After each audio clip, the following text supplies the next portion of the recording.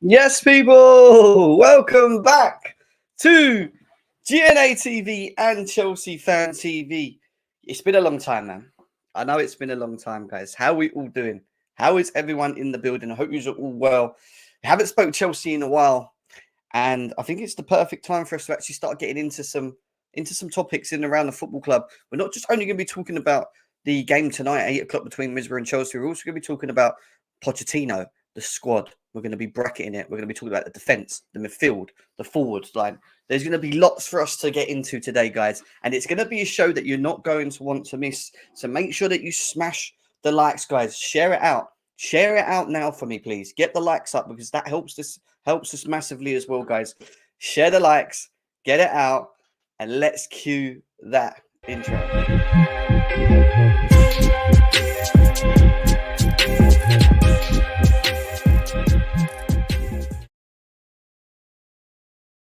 Yes, people! Welcome back to GNA TV and Chelsea Fan TV for a show that was needed. A show that's been, I know I've been gone for a while. I've had a lot on, I'm not going to lie.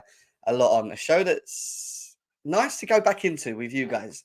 Discussions, topics, everything around Chelsea, transfer news, the game tonight, everything that we've seen of Chelsea up to this point as well. We're going to be discussing everything. It's going to be bracketed. It's going to be broken down. We're going to have the panel back. Couch is in here now. I see he's in here now. Where's the Herbert scarf? I see it. There's a lot to get into. Like I said, we're going to be talking about the manager. We're going to be talking about transfers to start with. And then we're going to go into the team itself. We're going to break down the defence, the midfield, the forward line. We're also going to talk about Pochettino. Then we're going to talk about today's game and the injury news for that. We're going to be doing our predicted team lineups as well, guys. It's going to be quite a busy show today. I'm not going to lie. It's going to be quite a busy show. How are you, though, in the chat? Let's go and say hello to everyone before we get into everything. It's been so long, guys. It's been so long. Ashraf, welcome, bro. Good to see you. Leo, welcome in. John, nice to see you. Over 50 people here right now as well. Doadi, welcome. How are you? Ashraf, how are you? Jem's back means we're winning the double, man. I'm back with vengeance. And I'll tell you what. The last God knows how many games before we've put on this little win streak, you can ask the panel. We've got a little group, and obviously, like we've still been talking about the games and stuff and going back and forwards. But trust me, I have got so much to say. I have got so much to say, so much to get into, so much to talk about, so much to we got to talk. We need to talk right now. Lars, what are you saying? Do we need a new striker in January? Good question. We're going to talk about transfers in a second. I think we do need a striker. I think that's evident that we do need a striker. I don't think we're going to get a striker in the January window because I think the targets that Chelsea want specifically are ones for the summer. But do I think we need a striker? Yeah, I think we do. Yeah, after what I've seen, and we're going to be talking about the forward line today. Where's my Havertz scarf? It is still here. It's somewhere over there. It's somewhere over there. Happy with Poch. We can play part the bus football, but who wants to see that? Is it really part the bus football? Is it really part the bus football? Sometimes I think it's more understanding of tactics, game management, what they're meant to be doing on the pitch. Jamie, how are you, bro? Happy New Year to everyone in here as well. How are you doing? Looking forward to the game tonight. I am. I just don't need... The thing is with Chelsea these days, you just don't know what sort of Chelsea's going to turn up, do you? You really don't know. And that's the thing, you know. David, welcome back. How you been, bro? Good to see you as well. Hope you're well. Noshalina, welcome. How are you? Hope you're well. Jamie, come on the Chelsea. Let's go. Guys, over 50 people here. Good to see you all. I know it was a bit out of the blue as well, but we are going to be doing more shows this week again. So you're going to be seeing a lot of my face this week in regards to football. But let's get into the thick of it because there's a lot to get in, and we've got the panel to join with us very shortly as well. Before we move on to anything, I want to obviously bring up who Chelsea have got in the fourth round of the Emirates FA Cup. And it is a home game against Aston Villa, guys. A home game against Aston Villa. How do you feel about that, guys? I use happy. Aston Villa are in a very good run, a vain run of form at the moment, and they've been very good this season. Will they give Chelsea problems? Of course they will. But at the same time, can we still beat them in a cup game? Of course we can. You know, the magic of cup football is you just don't know what's going to happen. And it's one of them ones where Who knows? Phil, welcome. Big up, Jim. Big game tonight. He predicts, we'll be talking about the game a bit later on in the show, guys. Trust me, but we'll be getting into that. So for me, it's a tough one at home. Could we lose? Of course we could. We know that. But at the same time, could we take it to them and win it? Yeah, I think it's going to be a good game. Whatever happens, it'll be definitely a game worth watching. I can tell you that. Definitely a game worth watching a bit later on as well. So yeah, that's that in terms of that. And now we move on to a little bit of Chelsea talk, a bit of Chelsea news, transfers, and bits and bobs that I've seen. One being the allocations of shares that Chelsea have bought. Well, Chelsea have purchased today. In what Ben Jacobs has put up as a comment, he talks about Chelsea owners purchasing 1,000 new shares at the cost of 140 million. Now, some people are trying to understand why we've done that and why the owners have bought more shares into the football club, and it pretty much is what Ben says here. He says there's no firm indication that it's to do with a transfer budget for January, but more to do with the financial housekeeping with the existing transfer installments due and the lack of European football this season to compensate it for. Basically, they're buying more shares to cover the cost that they've already paid out up to this point because they're not making money. They're a little bit worried that they're not going to make the money that they require through competitions, through positions in the leagues, etc., etc. So them doing that, I think, is more of a backup. They say more of a backup, but more of a less expectancy against Pochettino to actually have to get European football this season, in my opinion, because I don't think them doing this tells me that I don't think they're fully confident that we're going to get European football, and that's something we're going to talk about a bit later. But also, the biggest key part of all of this is the existing transfer installments that we've bought, and let's not lie, spent a lot of money. Yeah, people talk about the £1 billion that we spent. We're going to have to start offsetting some payments, so it makes a lot more sense why we're trying to increase the fundings in and around the actual holdings of the actual football club itself, and at least have the money to be able to pay for these holdings as well. So, yes, Gary, welcome back, my man. How are you? Good to see you guys. Welcome all in. Welcome all in. I know, mate, seems like an age since you. I know it's been over 4 weeks. It's been nearly 5 or 6 weeks since I've been on. It's amazing, man. Nearly over 75 people in the chat, guys. Keep doing me a favor, though. Please smash the likes. We need to get these likes back up at the moment. I haven't been on, obviously, for a while. So, obviously, the views are going to be a little bit up and down at the moment. But if you really want to help us, guys, please smash the likes. But yeah, so that makes a lot of sense. It's not more about what Chelsea are going to spend in January. It's more about how Chelsea are going to compensate for the lack of winnings, the lack of earnings from competitions. They might win the EFL Cup and they might even get far in the FA Cup, but the real money where it's made is obviously getting Champions League football. Does it look like we're going to miss out on that? Preferably, yes. Could we make Europa League? Potentially, but the top four is where the money is, and obviously they're trying to make sure that they cover themselves for that. So that makes a lot of sense, to be fair. From that, I want to move on to transfer talk. There's a lot to get through, guys, so you'll see me flying through things quite quickly. Ian Maatsen, guys, he signs a new deal at Chelsea, valid until 2027 with a 2-year extension, and it will include a release clause. The release clause will be valid starting from summer 2024.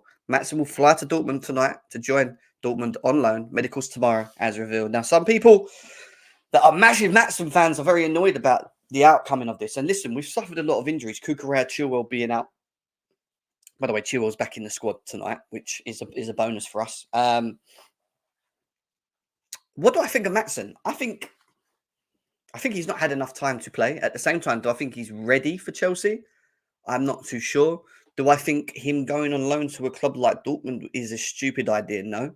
I think the way Dortmund develop young players, and you've got to look at the likes of, Jude Bellingham, for example. Yeah, Erling Haaland, I know he come through and stuff.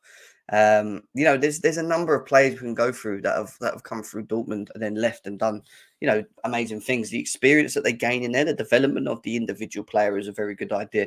And I think Chelsea having an agreement with Dortmund for him to be on a loan where he will get game time, because let's be serious, as soon as Ben Chilwell and Kukurea start coming back in the team, where's he going to play? Now, I know he's been playing off the right wing and the left wings, but I don't really think Poch favours him in that position too much. And I just think it's a very good deal.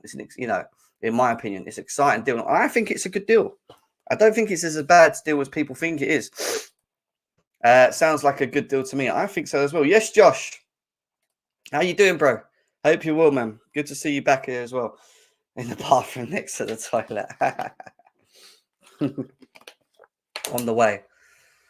On the way to where, bro? On the way to where? Let's go, Will. How you doing? Good to see you guys. Nearly over 100 people in here, guys. Keep tapping the screen, sharing it out. But I do think this is an overall great deal for from the football club's point of view, and obviously from Dortmund point of view as well. And yeah, we've already signed a new deal with us till 2027 anyway. So he's got that 2-year extension. It will include a release clause, which means that anyone can kind of purchase him if they pay the release clause. But the clause will be valid starting from this summer 2024. So good luck to Maatsen. I think it's good for us as well, because if he does develop and he does become a better player at Dortmund, and the Chilwells and the Cucureys still don't reach the levels that we need, and we see more of him playing as a natural left back or a left winger, or however Dortmund are going to play him, then it sets him up to come back to Chelsea and potentially compete and get in this team with the experience he has. And I think it's very important. I think it's very important for him to be able to do that as an individual, as a player at Chelsea as well. So makes a lot more sense for me as to why that is a good one as well. Big up, Josh, man. Big up. Good to see you, man. Good to see you. Yeah, we're going to be talking about Poch in the show a bit later on. I think Cuckoo's gone in the summer. Do you think, Gary? I don't know. I think Cuckoo weren't too bad before he got injured. I don't think he was too bad. Ben Jacobs goes on to say as well on the Maatsen situation that no option or obligation in the Dortmund loan for Maatsen. Chelsea originally wanted an obligation of 30 million plus. Instead, Maatsen has extended his contract. Chelsea feel his value will grow further come the summer. Loan fees around 2 million feels like a deal that suits all parties. I think it does. And I think what Chelsea are doing is very clever, because if he does in any way increase in value and doesn't want to be at the football club, you got yourself a 40-50 million pound player potentially. And I'm talking about him playing well, standing out, doing his thing in the Dortmund team, growing, developing, becoming a better player. I think it's a win-win. I really do. I think it's a win-win for us and for them as well. Guys, nearly over 100 people in the building. Good to see you all back, guys. How are you all doing? So yeah, that's that. We're going to move on to a little bit of Poch now, and then we're going to... Oh, God, I've just deleted it. I just deleted it. Why did I do that? That's me lacking the experience where I've not been on for so long. Mauricio Pochettino has held meetings about the transfer window today and also Sunday, and he insists there is no desperation to sign a striker in the January window. Now, some people think that's a sackable offence, but my thing is this. Who are you going to get in January? Who is available in January? And how much are we willing to spend in January? Because if we're not willing to spend 80, 90, 100 million on a player in a January market, which has been done in the past, very rarely, but has been done in the past, why are we going to rush the striker situation? I know Jackson's not there. Brower, some people feel is not up to the levels, which we'll talk about a bit later. And Nkunku hasn't even kicked ball, really, and he's not fully injured, but he's out on injury again. But I don't really want to see him just playing up in the forward line on his own. Who are we left with? Now, I get the desperation to having to just go and buy a strike for the sake of it, but I don't think it's the right idea just to go and spend 25, 30 million and bring in a young player or a Premier League player and just put him up front because we're in desperation and we need to play striker. And then come summer, we go and look at Victor Osimhen and we spend 120 million euros to try and bring him, but we've already spent 40 million on God knows whoever we just bought in January, and another 40 million on Jackson, who's at the AFCON. Brower, you could probably sell, but what you're going to sell him for, really and truly, it's not going to make any sense. As much as I think we need one, I don't think it makes any sense for us to go, we have to do it now. Big up Chelsea boy, good to see you. How are you, Devin? 30 million plus release calls is not bad. Felix, how are you, bro? Bro have many injuries as well after $1 billion spent. If you can't beat them, we are done. Exactly, nobody's available right now. Wait for the big guys in the summer. I just think we've got to stop rushing with it. Yes, Ray, welcome, guys. How are you all doing? Good to see you all. Over 100 people in the chat now. Big up, guys. Good to see you. So, yeah, for me, do we need a striker? Yes, go and get a striker. Do we go and do it in a January window? No, because what's available. And if you have real targets, you don't go and rush these things, right? You don't go and rush these things, and that's the real key for me right there. That's the real key for me right there. Right, we are going to get some of the panel in eventually. Let me just quickly let's see what we got next, because I want to go through some bits and bobs. All right, cool. We'll get back to that in a second. So yeah, that's that. So we move from that onto another comment from here. Guys, keep tapping the screens if you can. Get the likes up, please. Can we get the likes up on here if you can? That would be massive for us. He also then comes out and says this: Pochettino, and we're going to talk about Pochettino later in the show with a panel, by the way. So make sure you stay tuned. Make sure you got yourself comfy. It's going to be a very long and detailed show today, guys. And we want you to all, I want everyone to be getting involved in the chat, sharing and understanding, because it's been a long while since I've been on, and I really want to understand where people's mindsets are with certain things going on at the football club as well. Pochettino says Palmer can play striker, and we have so many players that can play there. The club are assessing the market after meeting on Sunday. FFP is not an issue, and the club do not need to sell to buy. Well, they've made it very clear. Well, Pochettino's made it very clear that FFP is not an issue. I don't think we're stupid enough to have an issue with FFP with the current new owners, personally. I think they find loopholes. I think they probably understand where and how far they can extend to the rim, like how they can, get to the point where there's a limit and they can play on the limit, in my opinion. And yeah, I don't think that we're just throwing money around on the basis that we don't care about FFP. I don't think so. But the future will tell on that. But can Palmer play in a striker role? I remember Cole Palmer playing a striker role at home for Chelsea recently. I remember what game it was. I think I was even there. Was it Villa? I remember we had two strikers. He put him on the bench, and Palmer played up front. And he was against Arsenal. It was against Arsenal. That's what it was, and I was there. And did he do well? Yeah, he did. Done quite well up there on his own. Is it his position? No, it's not his position. Where's his best position? The position where he's creating and assisting and contributing to goals, in my opinion, is a 10 role. 10 role or off the right.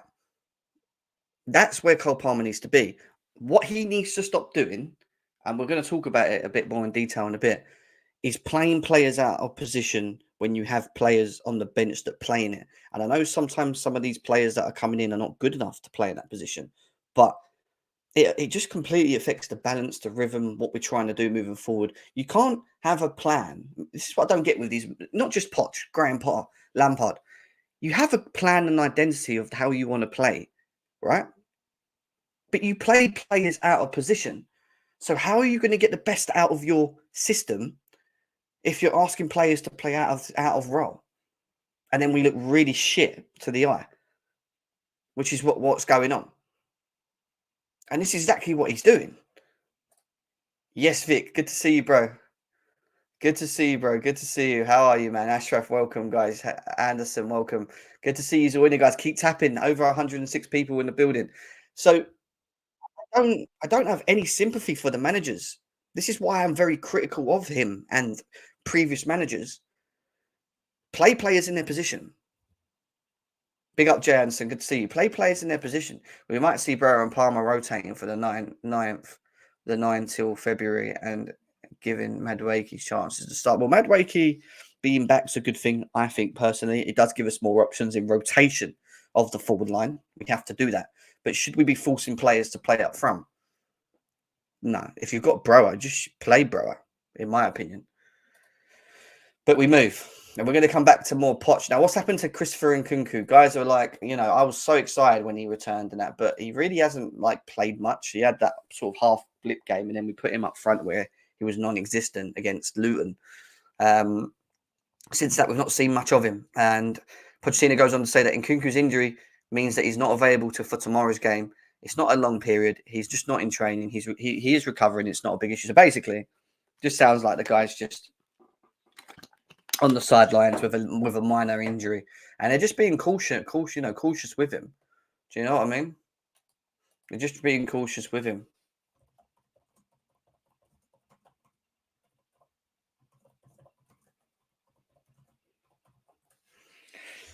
Jump in. Yeah, there we go. I've just asked someone on the panel to jump in as well.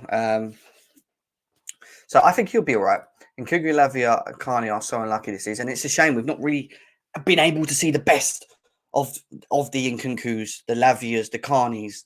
You know, we've not been able to see enough. And it's a shame because when they do come back, and fingers crossed the Lord, eventually this football club has a team that is fully fit and available for once, which is never going to seem like it's going to happen, and it hasn't happened for the last 3 years. It will feel like a new signing, in my opinion. Having the availability of these players will feel like new signings in itself. We've played pretty much the whole season without Nkunku and Lavia. Carney was good until he got injured. Club using kid gloves with Nkunku. No need to risk more serious. Exactly. They need to be careful with him. Poch is a clown, zero tactics, zero in-game management players. You know what? I partially agree with Ray and what I've seen up to this point. And some people think I'm very hugely critical. And this is what I'm saying. We've got a lot to talk about when it comes to Pochettino. And we're going to get into that in a second. Now, what we're going to do, guys, is we're going to bracket the Chelsea squad. And we're going to talk about each position up to this point, from what we've seen, from what we know, how we feel about this team. I have asked the panel if they are in the chat as well to come and join me. If they're available, that would be great. I would like to get them in now as well. And we're going to start with the midfield. And I want to talk about how we look in the midfield. Have we suffered injuries? Yes. But I want to talk about the specifics of certain players. And Conor Gallagher is one that you could probably say has been one of the standouts, if the standout under the Poch era. In terms of improving players and making players look better, has Pochettino made Conor Gallagher look good? Yes. Has Gallagher improved under Pochettino? Yes, compared to the past seasons. Conor Gallagher staying at Chelsea is massively important for the time being. 2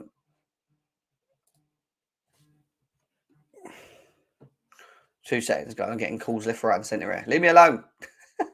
Stop calling me. Guys, hit the likes, please, as well. I massively appreciate it.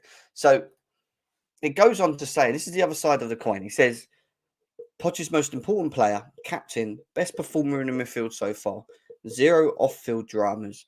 I fully know Gallagher is replaceable, but not for Poch. If we want Poch to turn things around, then he must be able to keep the players he wants.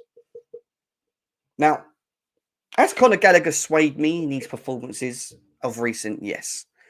Do I think that he's off the ball, hard work, even on the ball to a degree, he's got better? Yes.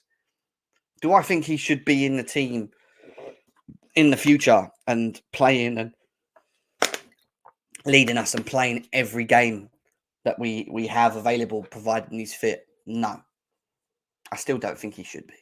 Now, why I think he's been very good, equally the Chelsea Football Club itself has been very bad. The squad itself has been very bad. The performances of the overall team have been very bad. You know, the qualities of the young players that we have available and what Poch should be doing in getting the best out of these players has, in my opinion, has been a failure up to this point. Now, is it a case of that we're in a period of transition and, we need to give more time to it, and, we've just brought too many young players and, that's why they're not all clicking together and they've not really played together and blah, blah, blah, blah, blah. Yeah, all of that comes to, you can't ignore that.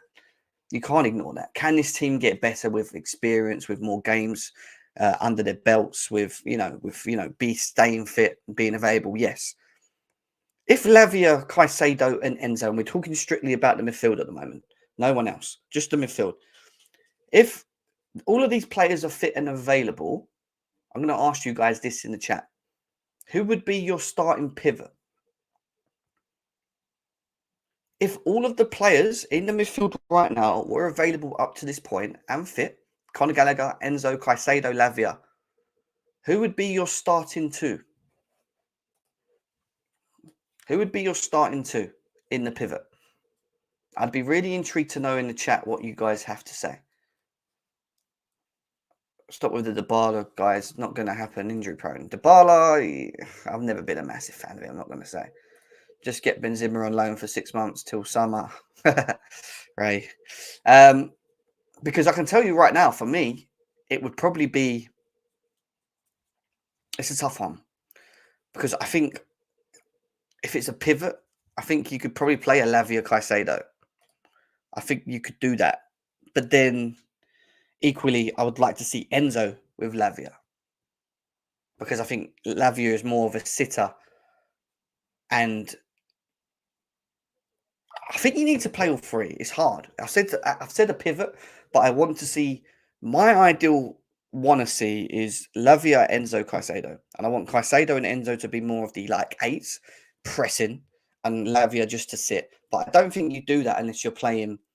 I don't think you do that unless you're playing a Man City or a Liverpool, someone like that, in a 4-3-3. And equally, if you do play them three, you lose an attacker. You can't play the 10, which means Cole Palmer can't play in the natural position that he wants to play in, so he would have to play off the right. That means then Mudryk or Sterling have to play on the left. And that's without even talking about Nkunku. Because when does Nkunku fit in at this? Because in theory, Nkunku, when he's fit, will have to play. He'll probably play off the left. You play Palmer off the right. And then who do you play up front? Jackson? Brower? But then you've got Sterling. You've got Mudryk. This is the thing. I don't think you can play a low block team at home with a 4-3-3. I don't think you can play a 4-3-3 with Lavia, Caicedo, Enzo in a low block at home at the Bridge. I want to see that, and I think that would look really good on the eye. And I'd love to see Caicedo just going around the pitch, breaking play, but not having to worry about being the last man all the time, which is what he's doing at the moment. And I'd love Enzo to have more or less defensive duties to allow him to be more effective to pick the ball up and play the balls and do what he needs to do because of Lavia being in the team. But then you lose Cole Palmer in the 10. And I think you can do that in the bigger games, but in the low block games, do you need all three? No. So if it's just a pivot, and I'll ask Couch, if it's just a pivot, Couch, welcome. Nice to have you back in here, obviously. If you had a fully fit midfield of Gallagher, Enzo, Lavia, Caicedo, who would be your pivot?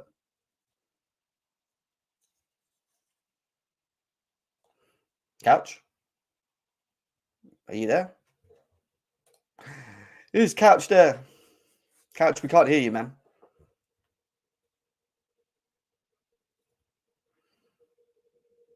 Can't hear you, bro. You're going to probably have to come out and come. Oh, there you are. Yeah, I can hear you now. Sorry. I had to set up my settings here. You know how I am with that. I'm the worst. This is like, you remember we used to do the streams and I'd be like, yeah, man, I can't get this. It's getting this crazy echo going on. Jim, what am I supposed to do here? Right? It's just, anyway, it's straight. Yeah, but we shouldn't be playing Caicedo in a lone DM, Ashraf. That's my point. We're playing him because we're forced to play him there. Is he a lone DM? Look, I asked you, did you hear my question? Did you hear what I asked you originally? Yeah, of course. Who should we play in the pivot? Yeah, what would be your pivot? I mean, you know how I feel about this. I think that like the players that we depend on for wins and losses are the ones that have the biggest price tag on them. So if I'm playing a pivot right now, I'm playing Caicedo and Enzo because those are the guys that create the environment for us to be conducive to winning when they're at their best. Lavia is still a wild card for us. Like as much as I've advocated him from, I can't even tell you how long I've been advocating for him. He's still a wild card. He's still he's just turned 20. He's not played a lot of football. We can't really depend on him to be the guy to to rectify the errors in this midfield at this point in time. He needs some time. So if you're asking me today, it's it's Caicedo and Enzo. And for the reasons that you said as well, and the reasons for you said as well, like also because, if we play with a midfield three, we take an attacker off. What is our biggest problem? It's really scoring goals and staying on the neck of the opponent. Like we score one, then we fall away, and then, we get counterpunched every now and then. So for me, we need to have as many attackers on the pitch as possible because we just don't know where the goals are coming from. If you are right and Palmer's best position is the number 10 and he's been most successful there, I don't know if that's necessarily true. I think he's been good anywhere he's played. I think he's been good at striker. I thought he was good at number 10. I thought he was good on the right. Yeah, but it's best position for me watching him and how he controls the game more so, in my opinion, has been where he's been playing just behind and he can drop in deep, pick the ball up, turn, table over the Yeah, top, behind. you're not wrong. I wouldn't say that that would be wrong. I would just say that he's been good everywhere. So it's about like Yeah. where, you know, what can you get out of him? What do you need from the squad? Where's the balance in the squad? If he's playing in the number 10, what's happening out wide? If he's playing on the right, Well, what's happening in the middle, right? we're going to go to the forward line because again, what I Yeah. want to try and do is bracket it at the moment. I want to just try and stay with the midfield at the moment because Hmm. going back to the beginning of all of this, my point being Hmm. was Conor Gallagher and Poch, and who has he got the best out of? Yes, Conor Gallagher, that's a big tick. But equally, has he got the best out of Enzo Fernandez? Has he got the best out of No, Caicedo? He's no. not. So, is it an issue? I'm not saying it's a bad thing that Gallagher's playing well because equally, I think it's important. Don't get me wrong, but is it an issue that Conor Gallagher is managing to? I don't know is playing very well under this Poch system, but equally the ones that we bought in for so much money are not. And does it mean that under Poch, Gallagher becomes a starter, and is that a problem in itself as well? 100%, 100%. We had this discussion Mm, with Winter Surfer and Chez the other day, and it's just bang on. Like mm. if Gallagher is your best player of the season, there's something wrong. If wins and losses are dependent on Gallagher's performance, there's something wrong, right? The fact that he's been able to coax good performances out of Gallagher and not get the money players to start, really hitting their stride is a problem. That's a big, big problem. There's no other way to look about it. Like I said, wins and losses for me should be dependent on the money players, the Mudricks, the Caicedos, the Enzos and whatnot. Those guys aren't playing their best football, and we're just scraping by wins. That's an indictment on the manager for me. He has to be able to coax good performances out of our most gifted players. That's what it's People, all about. yeah, people want to grill Enzo and Caicedo for their performances this season. Don't get me wrong; they've not been pretty. And obviously, Aaron's referred to the Man United game where it was awful. We'd had no midfield, yeah, and it was not good. But equally, I keep saying this, yeah, and people go, yeah, but you got to point the fingers at the players as well. Yeah, equally, their performances may not be to the levels that need to be required. But tactically, I watched us in that game, and we was not playing a pivot. Like Enzo's position of being asked to play further up the pitch. Why is it that Enzo Fernandez, right, is always one of the, or if anything, the furthest player in our attack when we try and score when we play it out on the sides? Why is he the one that's running in the boxes and trying to like score headers and flicks and things like that? Why is he doing that? Well, I Is he mean, doing you need runs from the midfield, right? Like especially if we're Yeah, playing like no, but that's fine. I get that, but when you're playing a pivot where you want them to be close, then clearly the instructions aren't. We want you to be close, is it? If you're asking well, I mean, your I think it's make just one in phases, though. I think it's what phase of the game you're in, right? Where we're building from the back, you might want a double pivot there and build from there, and then as you get into the final third, it maybe goes to a 4-1-4-1, and you're asking for Enzo to get in the box and score goals. I just don't think that it's as and the problem that I have with that is that like usually what we do is we turn the ball over in that final third, and then we're being counterattacked, and then we just have no shape to hold it together. So Yeah, yeah, it's yeah. Go ahead. people want, people want to target Caicedo when we're hit on counters. Yeah, but all right, he makes silly fouls and breaks and whatever. But some of them are tactical, and at the same time, I feel a little bit sorry for him because I actually think he gets a lot. Like we spent a lot of money for him, and I still think the best of him hasn't been shown yet. And do I Right. think do I think it's more of a tactical issue, or is it a bit of both? I think it's a little bit of both. I think he's still trying to find his feet, but at the same time, do I see the qualities when he is on the pitch to when he's not on the pitch? When he wasn't on the pitch for that one game, was it against Newcastle? I think it was away where we absolutely got slaughtered. Yeah. You know what I think it is, Jim? Like honestly, like with the Caicedo and Enzo thing, Mm, it's just the details. Like I was saying the other day, it yeah. really is just focusing on the minor details. And like to be honest, these guys haven't played a lot of professional football. The price tag is kind of hurting them because people expect high level performances based on the price tag. But let's be real, like Enzo and Caicedo haven't really played. I don't even think they played 100 matches at the highest level yet. And to be asking them to be consistent performance, to be asking them to be 9 out of 10 performance, or when they're still learning the game, let's be real here, is probably a bit of an ask. Um, if you take away the price tag, if we got Enzo for anything, let's say we got him for 40 million, would we be demanding would we be as demanding of him as we are right now? Same for Caicedo. Why? Definitely not. Why is it? Do you know what? We're going to go away from Gallagher because I've had enough of talking about Gallagher. I think we just. I think it's didn't just even think I said anything about Gallagher, to be honest. there's not really much to say, is there, other than for Yeah. what we said, he's playing really well. And, you know, should he be a part of the squad?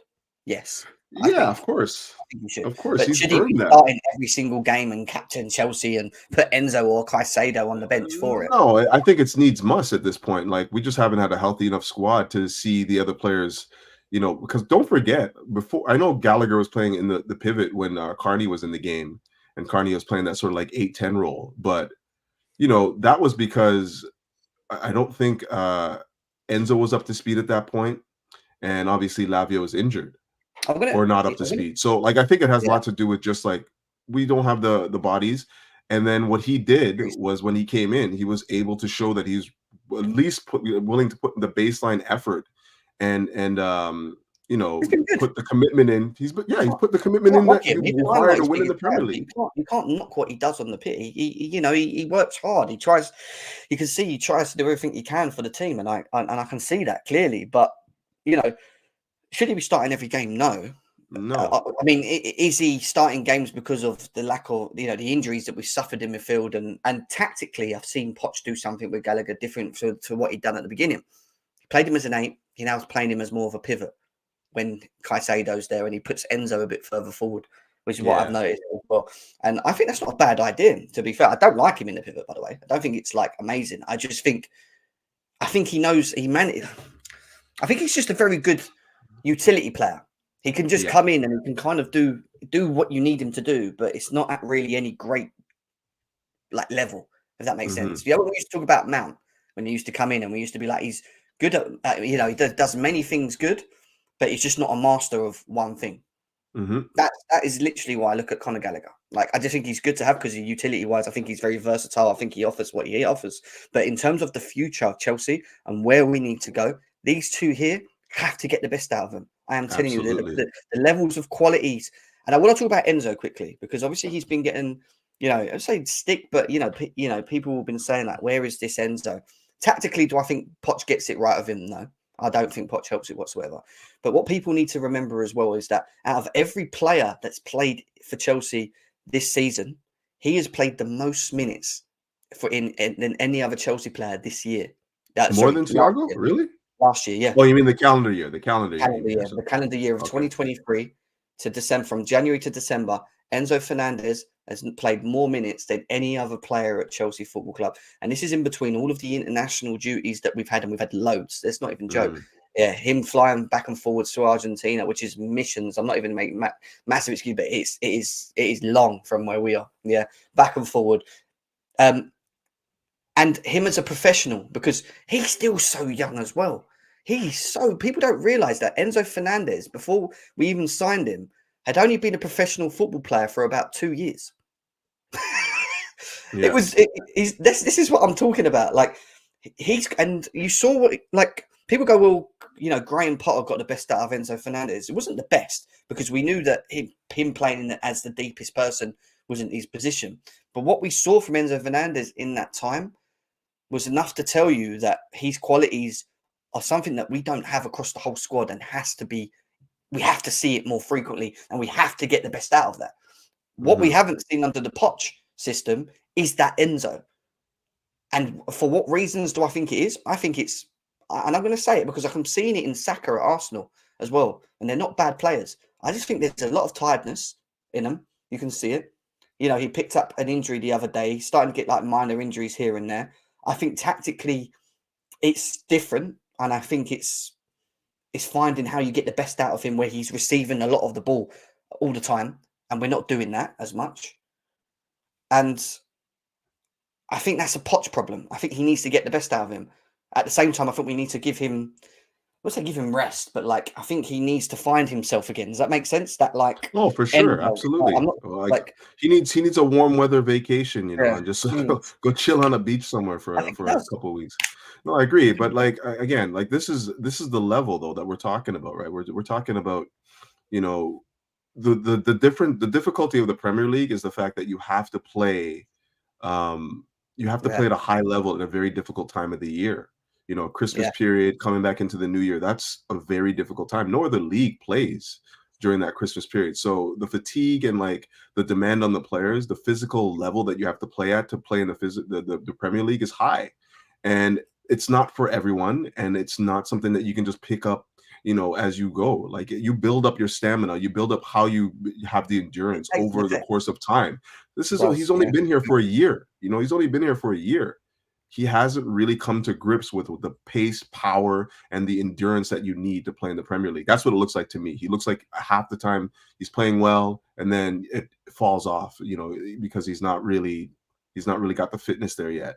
So Caicedo different. I think that Caicedo is just yeah. not really. I think the weight of the transfer fee has just been on his neck. He wants to be a Chelsea legend. He wants to be a difference maker in this side, and he has been for the most part. I think he's been pretty good. It's just games where you expect the details, like the small details, for him to be switched on and know that, it's better for me to just like hold position here than try and dive in and tackle here.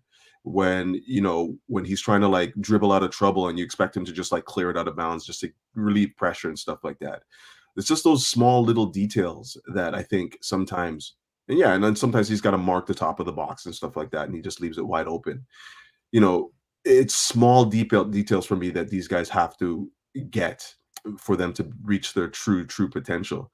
And it's not far off. Let's be real here. We have a good squad. We have a good young squad. It just takes time. It takes, a little bit of it's time. And like, you have to build up your level, your fitness levels to match the energies that's needed to compete in the Prem. And we're not doing that right now. We don't have guys that are fit enough to play. AJ. Yes, sir. The TikTok masters in the building. my brothers. AJ, good to see you, man. How are you? Happy New Year. All of that. Happy New Year to you, man. Happy New Year. AJ, you've come in at the perfect time, because we're bracketing the squad at the moment and talking about specific positions. And one of the positions we're talking about is one that you talk about a lot in the group chat, I'm not going to lie, is the midfield. And we were talking about Gallagher and Poch getting the best out of Gallagher, and maybe that being a bit of an issue because he's not getting the best out of an Enzo and a Caicedo. We're not seeing that at the moment. But what's your thoughts on the Caicedos and the Enzos and the midfielders and overall? What you seeing? Is it a tactical thing? Do you think Poch is just not getting it right tactically, or is it a player thing? What is it that you're seeing at the moment? Well, I mean, let's just start with shooting Poch some bail. These guys have been injured or just, inconsistent for this first part of the season. I think we've been dealing with a lot of other stuff besides tactics, but I do think though that Pochettino can get more out of these midfielders, and I think he will, especially as they come back from injury. Yeah. But we do have a few midfielders that are kind of similar. Like, I'd say Lavia and Caicedo are a little bit similar, but we haven't seen them yet, and they're young, so they're moldable. So it's something that Poch could work with. But for right now, I do think we're not getting the best out of them. And I agree with Knight to a degree. I do think that we have the skill level to be in a European spot. I just think that, have we suffered from injuries this season? Yes. 100%. Like, people can't ignore that. I don't know. Like, I don't understand how that's not, you can't ignore that. Like, that is a massive thing. Like, we came from 10th last year, and we bought a bunch of players, and half of them have been injured the entire season. We can't. You can't expect. It's not bullshit, right, Ray? It's not. You can't ignore it. You can't ignore the fact that we've not had a fully fit midfield, or an Nkunku, or a Reece James, or a Gusto, or everyone. Two left backs got injured, Chilwell and Cucurella. Like, it's important. Our keeper got injured, man. Like keeper got injured. Actually, for the better. I think Petrovic is actually good, to be fair, from what I've seen of him. So yeah, he's he looks all right, doesn't he, Petrovic, to be fair? I don't think he's been tested myself, but yeah. He's, when he hasn't been called on, he's been good. I don't like his distribution either. Yeah. That's me. We'll get into that. But no, look, listen, do I think the pivot moving forward should be Enzo Caicedo? 100%.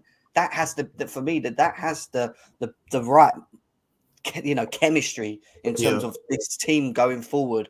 And, winning consistently with a solid midfield. Is Enzo's defensive capabilities great? No. No. We know that, but we also know what he's very, very good at and what we don't have in his squad, because he has that, So it's like, You got to get the best out of that. At the same time, if you get the best out of Caicedo, I think you can kind of masker that a little bit to a degree because he can, use his defensive know-how and his abilities to get around the pitch and stuff. But this is why Lavia will be important in the bigger games for me. I think more in the bigger games if he's fit. Absolutely. Our midfield should be our strongest point of the team right now. Easily. Based on the players that we have, it should easily be the strongest point of the team right now, especially when we play in those top teams. We have a lot of options. So I'm hoping we could get there, and I think we can. It's just these injuries keep setting us back, it's insane. Yeah.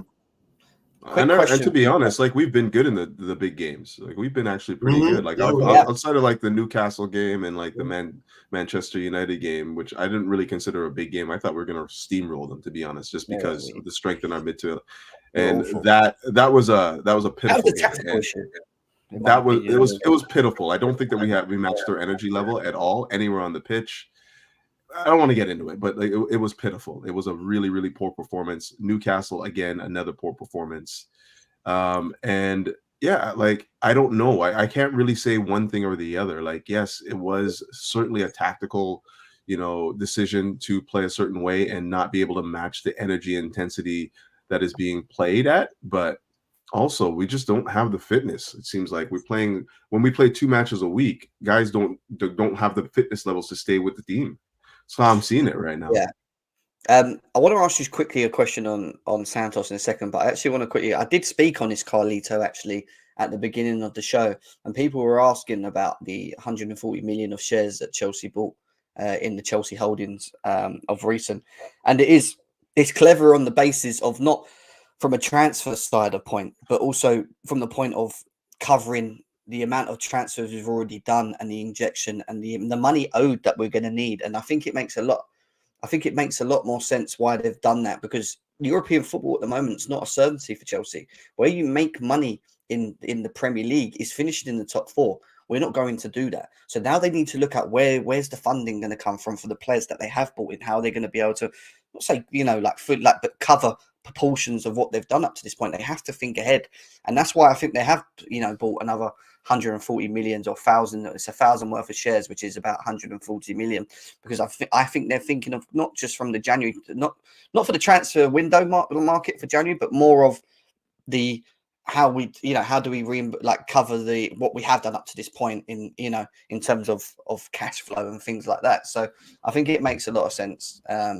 Just on that, Jim. Yeah. You know what? I don't have any clarity on it, and I don't know. Maybe I'm just not looking, but I don't even know where we stand in terms of FFP. Like, I see some people saying, "Oh, we don't have to worry about it," because we did do the amortization thing. So I don't know if we're actually in like trouble with the FFP, because, for instance, as Enzo, we've only paid like half of his fee. Caicedo, we've only paid like 60% of his fee, and the other players we only played like 10% of their fee. Yeah. What do you mean by their fee? What do you mean their fee? Well, whatever we've bought them for. It's just amortized at like half. You're saying? Yeah, it's actually less than that. It's actually less than exactly. So I'm not sure if we actually. I don't know. Again, I don't know how it works, but I don't know if we're in trouble. No, and to be honest, I don't think that we'd be in a position where a year into this ownership that they would just automatically just throw us into FFP peril. Like that's just poor business, right? Like, exactly. So I'm willing to give them the benefit of the doubt until I'm told otherwise, right? Well, Pochettino come out today and he confirmed that Chelsea have no issues with the FFP. If they want to buy, they can still buy. Like they're fine, is what he said today. Yeah. Or yesterday. So he seems to think it. So I mean, he speaks to the owners a lot. We know the owners mix with managers quite a lot as well. Payments is pledged. It's simply spread over the contract. Exactly. Yeah, that's why they do it on the 8-year. It's basically everything they've done up to this point has worked in terms of the funding element, because this is why they're all rejecting the whole idea of it being allowed to be over 5 years, and they're all saying no, 5 years. Because we've actually found a loophole that's actually worked on the books, and they don't like it. That's the truth. But we move. Go on, quick one on Andre Santos' return from his loan move. He could still go back out. Palace and Sheffield United are interested in him. What do you do with him? Do you keep him? Do you let him go? It depends. Yeah, we were in a chat. Like me and Don went back and forth for a minute. I was in my work schedule and I just like texted Don. But like honestly, it's simple for me. Like he's not ready to play in our midfield yet. Like he hasn't played any football since the summer, and they're sending him to Brazil because they need a place for him to play. You know, if we were in dire right as at this point right now, we are in dire need for midfielders. If there's any situation that he should be coming back and playing right now, right away, if he was ready, it'd be now, because Alavia's out, Leslie's out. You know, obviously, what was it? Enzo is just recovering from like a hernia or something like that. This is the precise moment where you expect him to come in and give us minutes, and they're sending him to Brazil for a month when ultimately, you know, it's this first month that we're probably going to need him the most. So I just don't think he's ready. I think he's a good player. I think he's going to be, you know, if he can get the reps in and play some football elsewhere, he's going to be a good player for us. But as of right now, if we have a fully healthy midfield, he's not ahead of Leslie. He's not ahead of Lavia. He's not ahead of Gallagher. He's not ahead of Enzo. He's not ahead of Caicedo. So where do you see him? You know, and like you can't say, well, if they're going to get injured, they're going to get injured, so we have to keep him. That's not good enough for his development. He has to be playing a lot. Well, his development was slightly burnt by sending him to Nottingham Forest, in my opinion. Yeah, totally. Let's be serious. We burnt, and I think that falls on the club itself for doing that in the first place. You know, but you know what they've done with Maatsen is what I think they should have done with him. Just find him a nice little club where they develop players very well. Nottingham Forest haven't got a great, from what I know of, a great development type of. No, they don't. You know, but it was a Premier League loan. They were thinking this is a Premier League loan. He's going to get a chance to play. And eat it, Josh, eat it.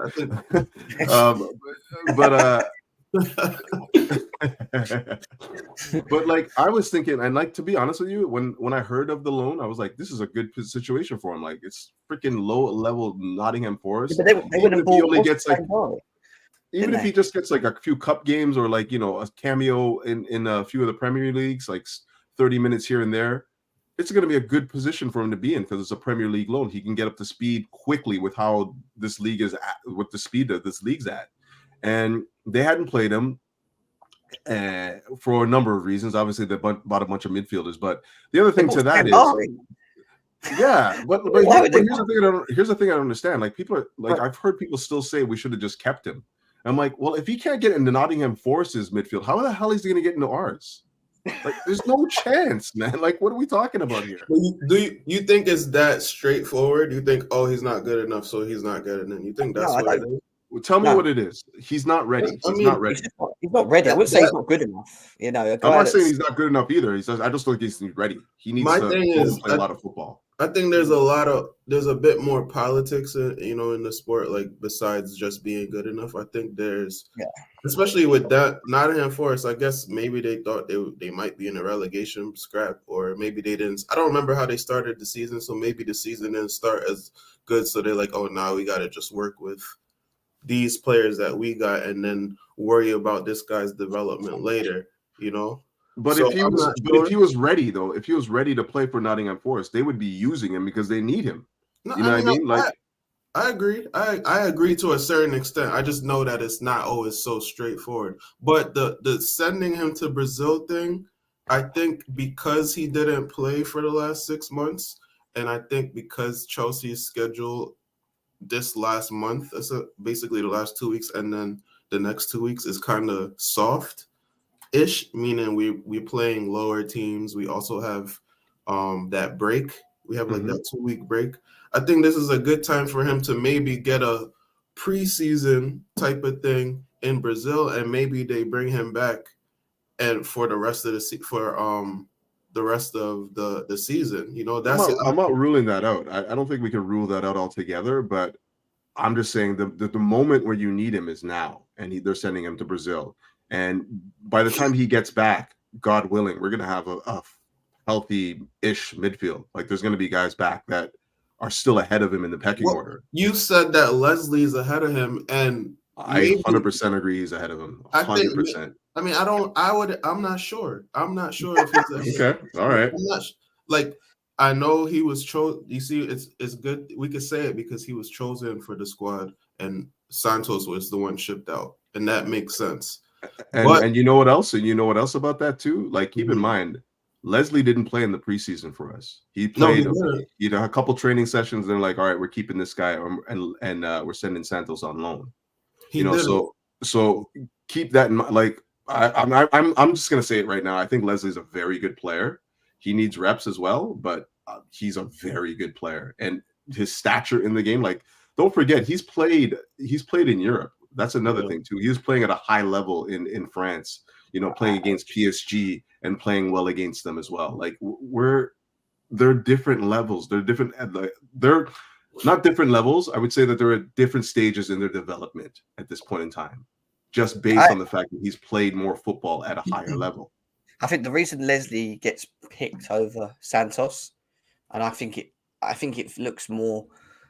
I think when you look at it more from a preferable status of their overall abilities on the pitch and what they offer, Leslie's more of a sitter, something that we lack a lot of. As with Santos, I think he's more of an 8. And I think you've got But the whole preseason he's played as a 6 though. The whole entire preseason he played as a 6. Yeah, but it was never going to be a 6 going in the Premier League. So where do you see? You see him as an 8? I think we didn't have any 6s in the preseason for like most of it. Caicedo was injured or he just wasn't signed up yet. So I think when Christopher and Nkunku came back into the team recently, did you not see what Poch did? I'll even reel it in the group. Did you not see what Poch did to the formation? Yeah, he started reverting back. He started reverting back to the same system as what he played in pre-season, which he hadn't done all season. 3 at the back with the midfield, and then I think it was a 3-5, whatever it was. Yeah, I've seen that a lot this season. To be honest, it hasn't worked, but it's been on display a lot. Like the 3, like that's part of the reason why this Colwell thing has been what it is because of he makes up that back 3 as opposed to playing the left back position. But anyways, I'm not going to mince on that. That's fine. Few and far between, but let's move from the midfield because we could sit here all day talking about it, and I think we could talk about each position all day. One of the positions I really want to get into is the defense, because I've got some. This is probably where we're going to disagree and agree on certain things. I think now, because we have a lot of defenders, right? We have a lot of defenders. Oh man. Do I think Malo Gusto is one of the best signings we've made all season? Yes. Yeah. I think he looks really good. He looks really good by far. I wanted him even before I said Malo. This is another one of the players that I wanted for a very long time. The reason I wanted him was because of his abilities. He reminds me a bit of, in terms of the defensive side of it. Do you remember Azpilicueta in his prime, where you should stand off people and just follow him and then push him off the ball but he'd never really used to dive into mad tackles, barring the one where he got the red card, which I don't think was a red card, by the way. He has this really good ability of reading, understanding what to do in certain positions once he's up against a winger. He won't just dive into things. He'll follow it. He'll match you on pace because he's quick enough. He has the ability to push you off the ball and win it, and then release the ball quickly, moving it forward. He's good with the ball at his feet as well. The only thing I think he's not great at, and I think he needs to improve on, is just his crossing ability. Getting the ball in there a bit more quicker or a bit more precise. But I think Malo Gusto's been great. But when you talk about the centre backs, there's a big discussion around Disasi, Badiashile, Thiago Silva, and obviously there's no point even talking about Wesley Fofana, to be quite honest with you, because he is there, but he's just not there, is he? Exactly, he's rarely there. And then there was Trevor Chalobah, who is injured at the moment, but has again been forced out. We've signed defenders, and he's meant to have gone on loan to Milan, and he hasn't. But when you look at the defensive display and what you guys have seen up to this point, and I'm talking about the central backs, who's been your best 2? Let me start with that. Who's been your best? And I'll say what I'm going to say after. Who's been your best 2? Let me just start in. It's hard to choose a best 2 because I do think most of the center backs, including the one who I'd say played the best, I even say that he hasn't had his best season. I'm saying right now, Thiago Silva has been our best center back over the course. But there was a point in the season so far this season where I was even calling for him to be dropped, because I do think with him on the field, it does affect us a little bit in terms of how aggressive we can defend or how much space we can close, how high we can move up the pitch. But at the same time, he's still been our best defender. I always call for body of shield, but this season, body of shield, first he missed the first 2-3 months of the season. And then the last 2 months, when you come back from injury, you're shaky as hell. And he's been super shaky. Disasi, we needed a center back. Unfortunately, I like Chalobah. I always like Chalobah. I like the intangibles he has. I just like the play style that he has, and I like that he. Oh, Colwell as well. I forgot about Colwell. Yeah. Oh yeah, Colwell. You see Colwell too, but he's been thrown out left back, so we even forget he's a center back. But I'm going to go last. You go first. Yeah. I think right now our best two. Yeah. Oh my God! I think right now our best two has to be Thiago and Disasi, just off of performances and what we've seen so far. But I don't think that's the ideal two. Go on, Catch. I'd love to know what your thoughts are before I go. You already know I don't like any of our center backs under the age of 40. Like the only one I like right now is Thiago Silva. I don't think that we found our successor, like our beast in the middle. I don't think we have that right now. I thought it was going to be I thought it was going to be Fofana, but with his injury record, it's going to be hard to depend on that guy long term. Like he has to play 2 or 3 seasons sound where he's just like not injured and playing at a high level before we can trust him in that role as being our real, our stalwart in the back. So everyone else to me has a mistake in them, and everyone else to me just has lapses where they're just not really reading the game correctly, and if I were going to pick a partnership right now, it's not because I think this is the one. It's just because, this is the one I've seen the most play okay.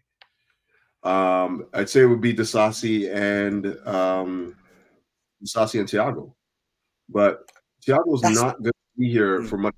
Let's be real here. And I don't see his successor. I don't see anybody in the side that's going to be able to be on stalwart in the back at all. Nobody. That for me is the biggest issue. Because all we've done in many of these summer windows is buy centre-backs. Yeah, buy centre-backs. We need centre-backs, yeah? And we go and bring in... And it was weird because I remember the discussion we had about the defence at the beginning of the season. We were like, yeah, we're tooled up.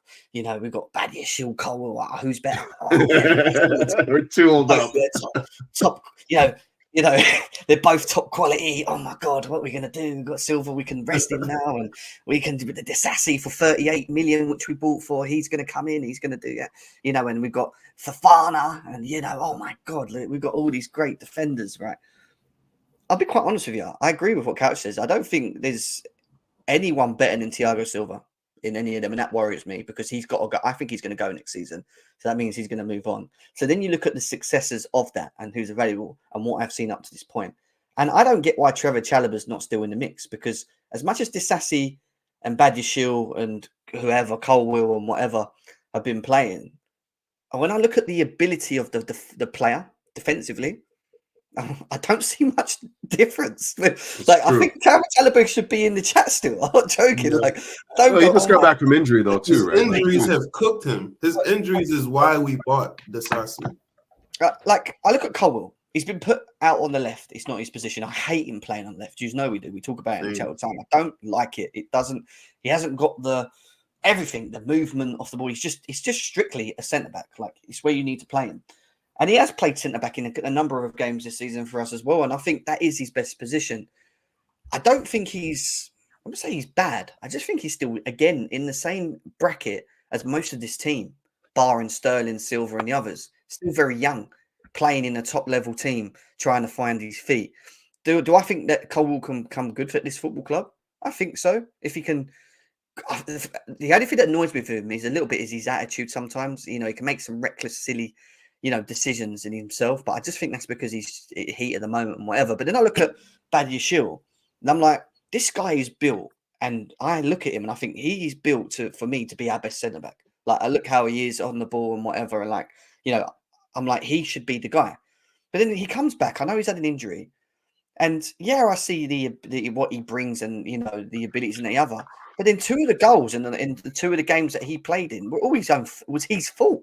He's like he falls asleep. He just seems he's like a statue when I watch him sometimes. I'm like, he doesn't really understand his awareness. And I said this about Badiashile last season when he was playing more frequently. I said, yeah, he looks very good. He wins balls in the air, this, that, and the other. But when it comes to attacking, when we're actually being counted on and understanding who's around you and where, he seems to just not have that when I watch him. He just falls asleep sometimes. I'm like, not good enough for a defender. And then I look at Sassy and I get Zuma vibes. Yeah, like, he can be very good. He can be very good at some points, and I'm like he's, you know, and I think, oh, he's actually not too bad. Like, but then at the same time, you're saying so stupid, and I'm like, what are you doing? Yeah, like you're like, you're getting paid that much to do something as basic, like make an error as bad as that, and it's like, look, you've got the Bojo gene in you as well sometimes, and I'm looking to myself, and I'm like, who's going to step up after Thiago Silva in his team? Wesley Fofana for me has not even been good when he was playing. I've been saying this for a while. I think he's okay, but even when he was playing, he was making his own mistakes in games. So what is it? Is it that they're just still very young? They're talented. They're still very young, and they just need a bit of time and maybe some chemistry. Taking Silva out of the team might do that if Poch can work it out. Who's the best 2 or whatever? 3 if we play 3 at the back, or is it that we've just overspent on specific defenders? Not needing. No, I don't think you've overspent. I think you have to continue to put money into the transfer window if you don't have the right partnership, like, and still look for what that answer is. And I think that's kind of what they've done. But, like, to be honest, if you want to, one of the problems that I've seen so far as well is not, I mean, it's the double-edged too, because you're looking at it one way, you're like, okay, well, we don't have a partnership because we keep switching it up. You know, we have a different center back pairing every week, it seems like. And how do you get like a communication understanding established if you have a different partner every week, right? Yeah. But at the same time, you're kind of like, okay, well, if I can't rely on these guys, you know, I don't know what the partnership is. So how do you say, okay, well, I'm going to trust these guys this week, and when everyone is pretty much at the same level. So I don't know what the answer is, but I don't think that we're at a point right now where we can say that we're done with the center back market. we got to go back and buy again. I'm sorry, we just have to. There's no way around it for me. My thing is, you know, I'll shoot them some bail because they're all young.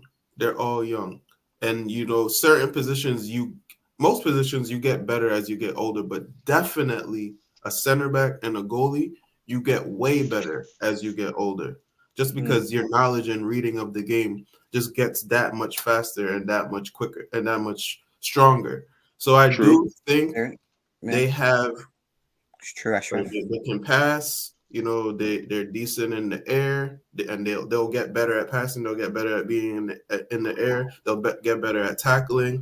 So, and they'll definitely get better at reading the game. So I do think they have the youth thing on their side, because normally when we signed center backs at Chelsea, they were always mid-20s to late 20s, you know, ready to go. Remember when we signed Cahill that January? He's ready to go.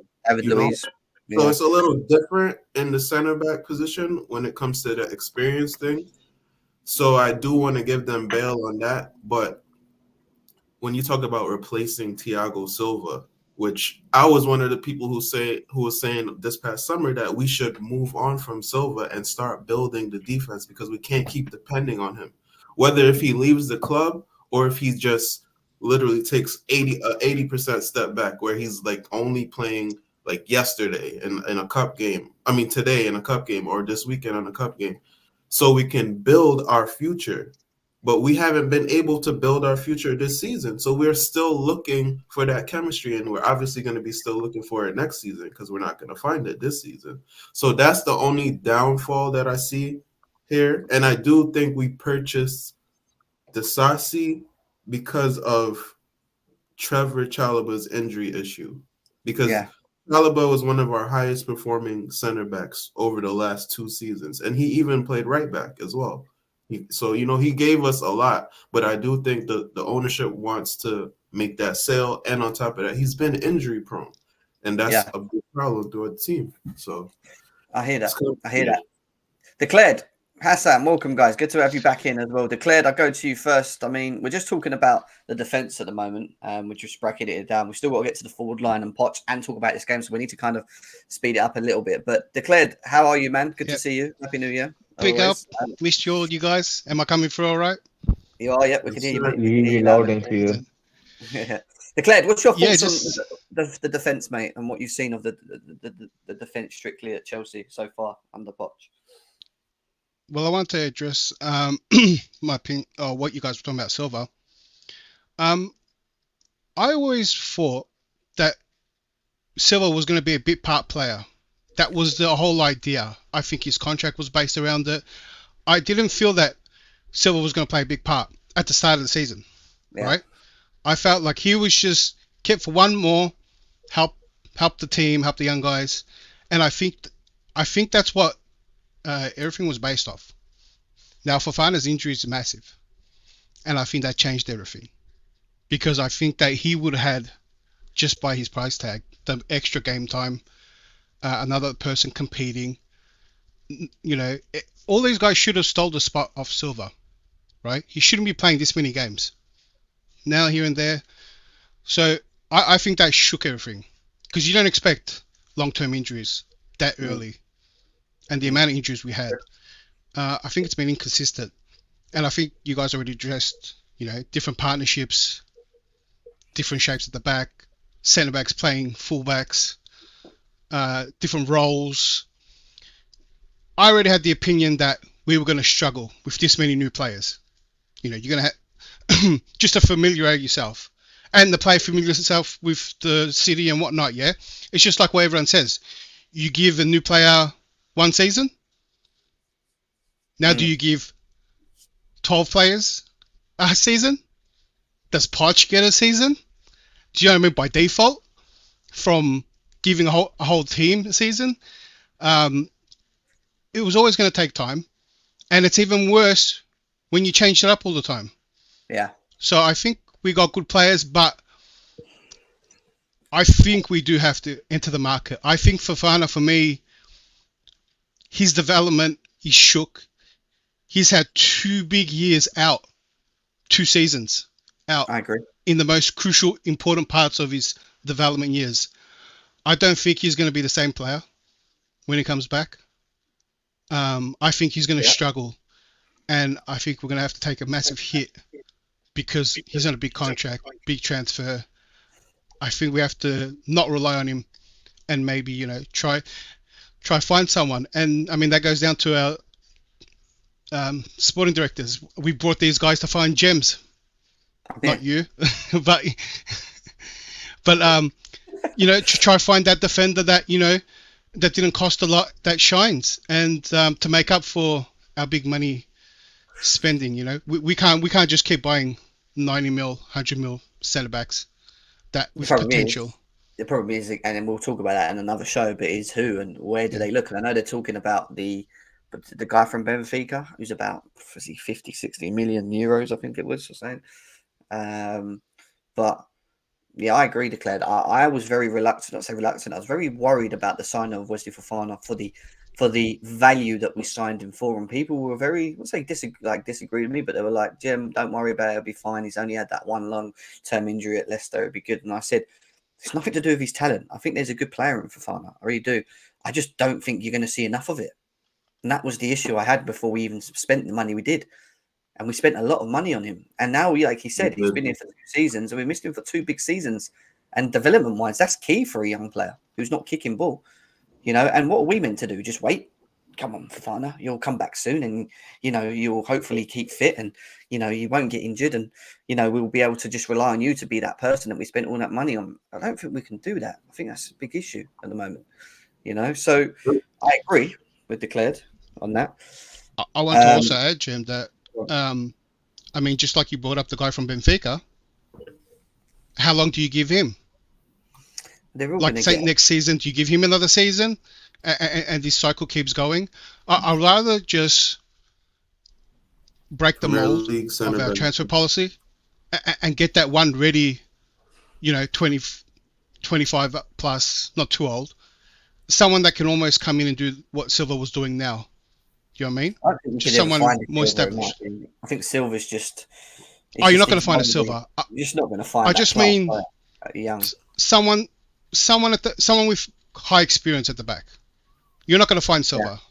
We need to not shop gonna find within anyone the like him. Premier League. It needs to be a center back within the Premier League. I think we need to start recruiting a little bit clever within the Premier League. I know we got somebody from the Premier League, but Fofana's from the Premier League, but unfortunately injury prone.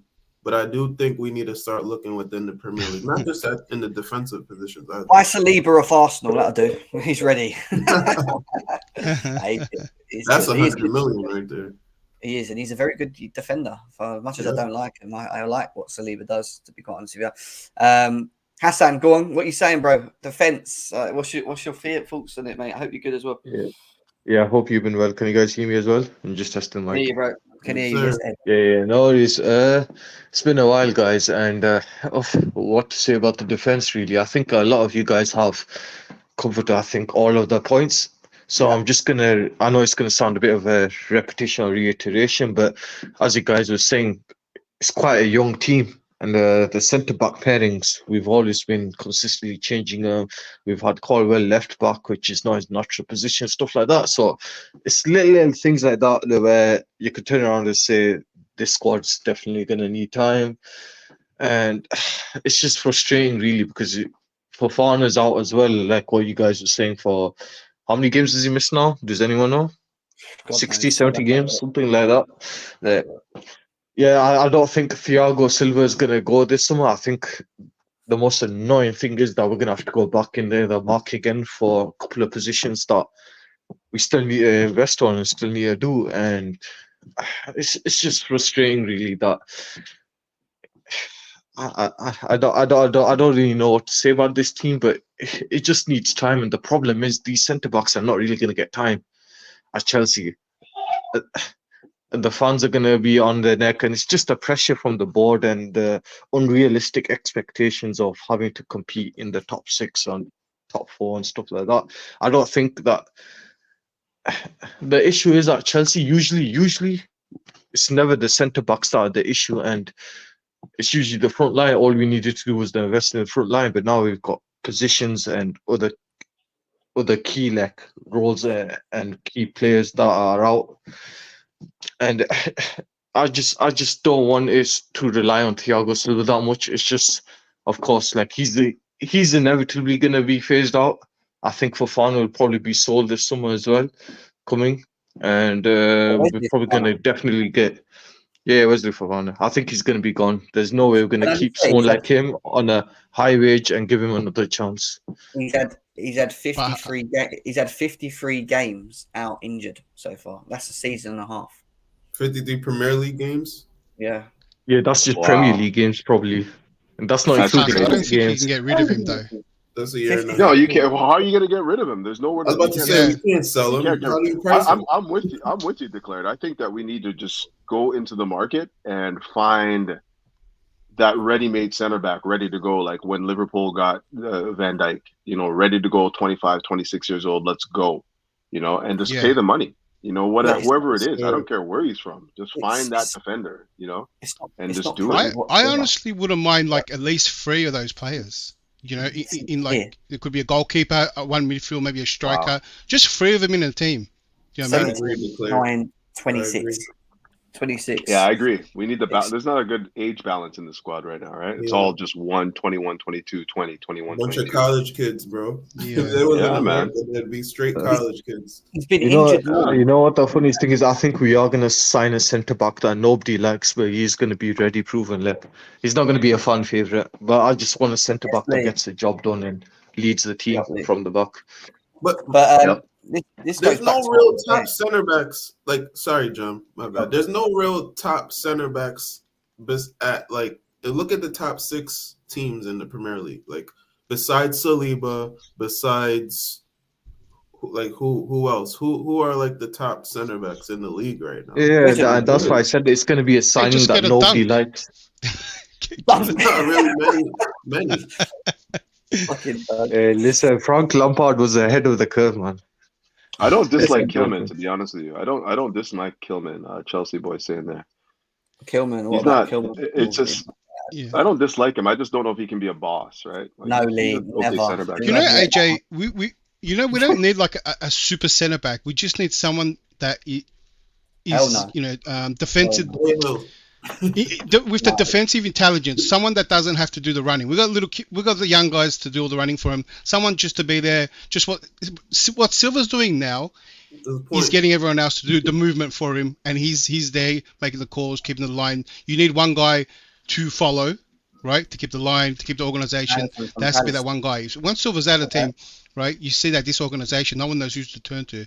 Just he doesn't have to be, you know, the guy that does the great tackles, all that. Just someone with the mind, and you know that could come from an unusual player. You might be surprised. He's going to cost though. You know, people like Marquinhos are going to cost money. And he's not that good, to be honest. He's been rubbish the last little while. So, But the what guys about the that Villa there's some names here though. That Anderson guy from Palace is another decent name. I've seen him look good. Yeah. But if you're gonna go Palace, is Gahey not a guy that we should be looking at? Bastoni is another name that's been thrown around. I hear you. I'm just saying. Because he's similar to like the Sassy body of shield type. You know, I'm looking. It's just a certain. Yeah, go ahead, Joe. I say, what's the name of the centre backs at Aston Villa? I can't remember his name. He's quite good as well. Torres, Mings, Pau Torres. There's not Mings. Jesus. The other one that played right back as well. He's quite good as well. Konsa. Cash is their right back. He's not though. He's a centre back, isn't he? We need that English quality, man. Let's be honest. We need that English quality in the center back, bro. That's what we're missing. We haven't had. I wouldn't mind Bastoni, to be honest. I wouldn't mind. I don't know what he's been like the last little while, but last time I checked on him, he was quite good. But at least we can all agree on one thing: Wesley Fofana needs to be sold. That's not going to happen anyway.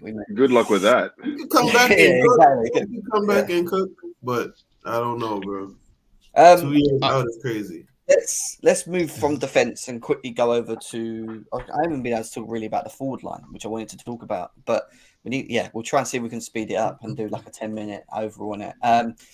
What are your thoughts on the forward line of what we've seen so far? Cole Palmer's goal and assist levels are up there. Nicholas Jackson, we'll get into in a second, but if you look at his stats and his goals, he's got more goals in a lot of the top teams, the strikers and forwards in the team as well. You look at Sterling and you look at what's his name, Mudryk as well. I mean, how Poch has utilised this forward line move from what we've seen up to this point? Do you think it's more again of the fact that we haven't got that striker, and it's shown with the fact that Jackson can't do it and Brower when he's been given the opportunities, we are creating, but we just haven't got that killer? Or do you think it's more of a tactical thing again? Do you think again Poch is not getting the best out of his forward line in terms of setup and how he's again managing some of these players as well? Go on, Couch. You asking me first, man? You know where I stand on this, man. We need a striker. We need a striker. For years now, Chelsea have just been like, beating around the bush, like, for lack of a better term, just like hovering around what they need and not going at it and getting what they want. It goes back to even that summer where, Haaland was all the rage. Everyone was talking about Haaland. Are we going to pay 150 million for Haaland? Yeah. We haven't addressed the striker situation in, I can't tell you how long. And I don't think that we could say that we're a complete side, that we have, a balanced team until we get a striker, and is it just a striker? Is it just a striker, or is it the chemistry of what's behind it? You know what I think? I actually think that we have the right sorts of players in wide areas and whatnot, and behind the main striker. But you need that focal point. Once you get the focal point, all those other pieces fall into place nicely. You get like somebody, I don't know. I mean, I don't even want to say Osimhen because he's not my guy, but you get like a real focal man up front. And then you have I don't have a guy. That's the thing. I don't have a guy. I don't think that there's one guy Tough out there. right now that addresses the need of a complete striker that we need. You know, like, and for me, Osimhen he's a good player, but he's not 120 million. And I don't want to get in another situation where we're paying 120 million for a guy that doesn't give us exactly what we need. I would rather we wait in the market, dress, positional needs. So say, okay, so Jackson's good. He's good with his feet. He can link up play. He's good at running in behind when he times the runs correctly. What do we need? We need an aerial presence. Jackson's shit in the air. We need to get somebody that can just bang in those goals from those crosses. A more physical striker. Just get that guy. Get that guy, not a complete striker. Get a guy that can do that at a reasonable price, and then you have a striker by committee. You know what I mean? That's kind of how I see it. I don't think that we should be trying to address the one striker issue with a 120 million pound guy that you don't necessarily think is going to be complete for you. I mean, that's kind of how I see it. I haven't watched enough of Osimhen, to be fair, but he's good. And you look at his ability. He's great in the air. He's great in the air. I haven't seen much else. Like, I don't think that he's great at running in behind. I don't think that he's a blazing center back that can again, great in the air. He's a penalty box striker. That he's like that OG type of striker. And I agree with Couch. I don't know if that's exactly what we need, So again, I think we need a striker, but we're not saying the type of striker. Well, man, then. Yes, Don. I'll go on, rude boy.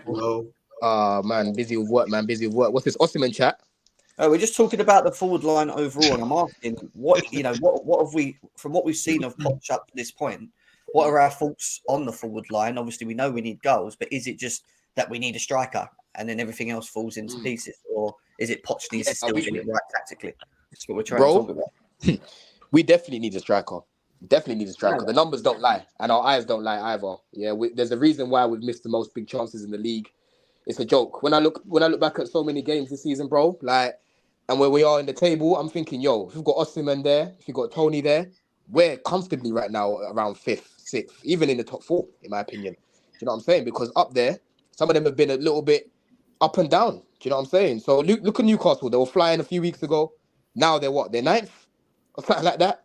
So, we definitely... They got a lot of injuries, though, too, right? They got a lot of injuries. That's what I'm saying. We've had a lot of injuries which have played a part. But what I'm saying is there's been certain games this year where I'm looking at it like, if we just had a striker, we would have won that game, even if we scraped through it. Like, I can think of Forest, I can think of Brentford, I can think of West Ham, I can think of so many examples, bro, where it's like, if we had a striker, we win this game. But for me, I did say I preferred Tony over Osimhen. It's looking like those are the main two in the summer. The market is still a bit dry when it comes to strikers. Obviously, you've got a few more now, like, what's his name, Boniface coming through and that. I don't really know much about him. I know more about Tony and Osimhen, but I did say before Tony was my number 1, but now that I've watched our team and I'm looking at the chances that we create, they'll be perfect for a guy like Victor Osimhen, because that guy is a box striker, right? If you look at the chances, Mudryk whips in for Jackson and the guy's never in that danger zone. Osimhen is always there, bro. Whether it's his head, whether it's his knee, whether it's his leg, he just finds himself a lot of space, as big as he is, in the box. Do you know what I'm saying? We need a box striker. Isn't it when he's fit? In Nkunku, I don't think Nkunku's not a lone striker though, is he? He's not a lone striker. You can trust Osimhen to play as a lone striker. Yeah, I don't see us. For me, I just don't want to. I don't want to overuse even Nkunku in that position by himself, because I just feel like it'll be a little bit too physical in this league, and we already know the guy's breaking down as it is. So I'd rather not use him in that position, right? I'd rather use him on the left, or I'd rather use him as a 10. But using him up top by himself all the time is going to keep breaking down, Jem. Do you know what I'm saying? So for me, I'm warming more towards Osimhen, sorry, man, just because I'm looking at the sort of chances that we've been creating this season, and a lot of them, bro, have been a lot of whips, a lot of chances in the box that just aren't being taken, and I trust Osimhen to take these chances. But I don't know if I trust my manager, and we're going to get to the manager in a minute. But I don't know if I trust my manager when we have these. I don't know if I trust my manager to still get even if we bought a striker, I don't even know if I trust my manager to be able to put out the right team tactically with a game plan to get the best out of these players, because all I've seen him get the best out is Conor Gallagher. Yeah. I mean, it's true. But this is the thing, innit? Like, if you set us up better, right, we'll create better, and our attack will look a lot better. Do you know what I mean? When you're constantly chopping and changing and going with an unbalanced lineup, it's no surprise that you don't play that fluid football. So I don't blame you for feeling like that, Jem. You know, this is why I'm just praying that guys will come back from injury, man, because the guy keeps running off to that excuse every single time. It's injuries. That's the reason why we haven't been able to do this. That's the reason why we haven't been able to do that. So, boy, we just have to pray that guys recover quickly, bruv. We just pray that guys recover quickly so we can put out a balanced lineup, play better, and not worry about the opposition too much. That's kind of how I look at it, Jem. Yeah. I mean, talking about what we do have currently at the moment, I mean, obviously Cole Palmer's been absolutely cold Palmer, should I say. He's been unbelievable. He's been very good. I'd probably put, and I know some of you might disagree with me, I'd probably put Raheem Sterling in that bracket as well. I actually think he's been a lot better this season than he was last season. I do think he can still be a little bit annoying, and I still think I just think it's Sterling. Like it could be like, he lacks that. What he does in one game, he can be the complete opposite the next in terms of like his decision making, being effective. Yeah, and just like I don't think that he's been much different to Jackson, to be honest. Just the inconsistent performances. Like when one day you see Jackson is linking up, he's good, he's getting in the box, he's firing it in. Like I don't think the two of them are. He's only 8 years older than him. I'm not even. Yeah, exactly. I'm not even kidding. Like, I really think, and keep in mind, this is his first year in the Premier League. I don't think Jackson has been as bad as we're making out to be. Yes, he's missed some gilt-edged goal-scoring chances. Like, you golden opportunities to score goals. And I'm like, so what is it then? Like, so for me, I've watched enough of that. Astrid Wet? I don't. I'm not going against the people that like Jackson, because I actually think that there's, like, you can see there's, like, quality in him, but I think he's just better in a deeper role, in my opinion, than he is a striker. Deeper role? Well, yeah, that's what we've been doing with him off the left, right? Playing him off the left and playing a bit more deeper, linking up the play, trying to get the ball up the pitch, carrying the ball up the pitch. Where he hasn't worked, and hasn't worked for a long time, is just playing him as a lone striker. Yeah, I don't like, and this is what annoys me. This is what I don't get. We go and spend 35 million on him because he's a striker, but now to get the best out of him in a Poch system, we have to play him not as a striker, but as a deeper role, left winger or inverted forward. That makes no sense when you've got Mudryk, Sterling, and Nkunku, all these players coming back in. And yes, he holds the ball up well sometimes and carries it and links it and whatever. But once he gets in the box, I'm just like, you know, what's he going to do? And that's my issue with him. You know, like Jem, if he was scoring those easy chances, we don't ask for a lot, right? No, just some of those chances that fell to him, there will be no issue. He wouldn't have to play in different position, right? There's not a lot asked of him, right? We know everyone was hyped in the preseason. He actually scored those goals, which preseason has no pressure, right? But I mean, if you have to make shift and put him there, we've got other people there. If he's not going to be our striker, who's going to be our striker? No one's stepping up, right? We're not playing. I mean, if you brought him in to play there, and now we're not playing him there because actually we're like, well, he's not. Is he good enough? No, it's not absolutely because. But Jackson shouldn't be out. Man. Like, why are we missing? Why are we missing the elephant in the room? We've had injuries. He's been moved around because we have injuries. Let's not forget that.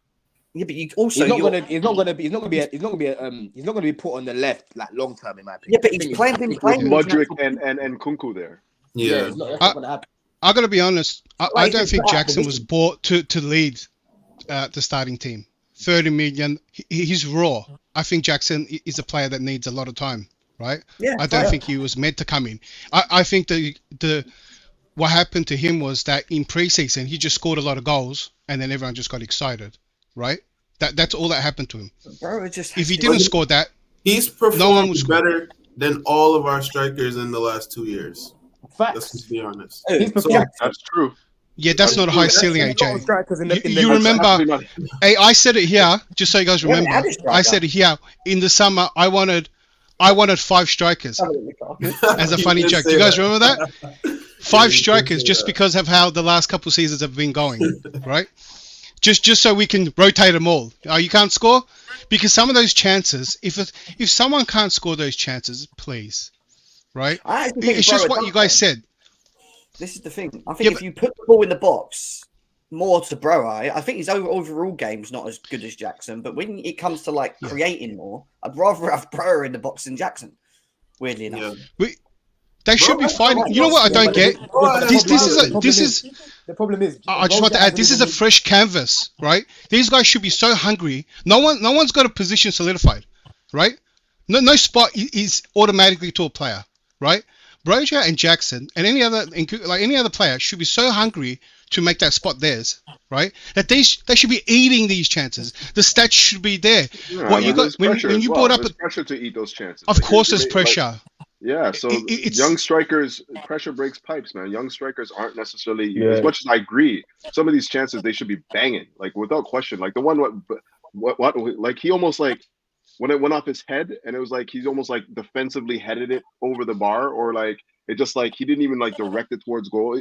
Any sort of movement towards goal, and it's in, and it just bangs off his face and just falls away. Like I'm just like that's like the striker's instinct there is to just bang that, you know what I mean? Like, and he's not doing, like, I get it. He has a lot of things to learn, but there's no question in my mind that there's a talent there, because when you see him on the ball, his link-up play, he's not really the smartest striker, but his link-up play, his footwork, you know, all of that stuff, I think that there's something there. I think that the pressure is mounting on this guy because, you know, he's missed a lot of gilt-edge opportunities, but and there's reasons why he does the shush and all of that. Once the whole pressure around him settles down a bit and we bring in another striker to just like sort of like complement his weaknesses a bit more, I think we're going to see something from him. But I agree, Couch, but there's something with that as well. The pressure is always going to be there, and I agree, especially for young players because they don't experience that pressure, right? They need time for that, right? Yeah. But what I expect from the young players is hunger. They should be for be in every ball, be a hassle, be everything. I want them seeing hungry.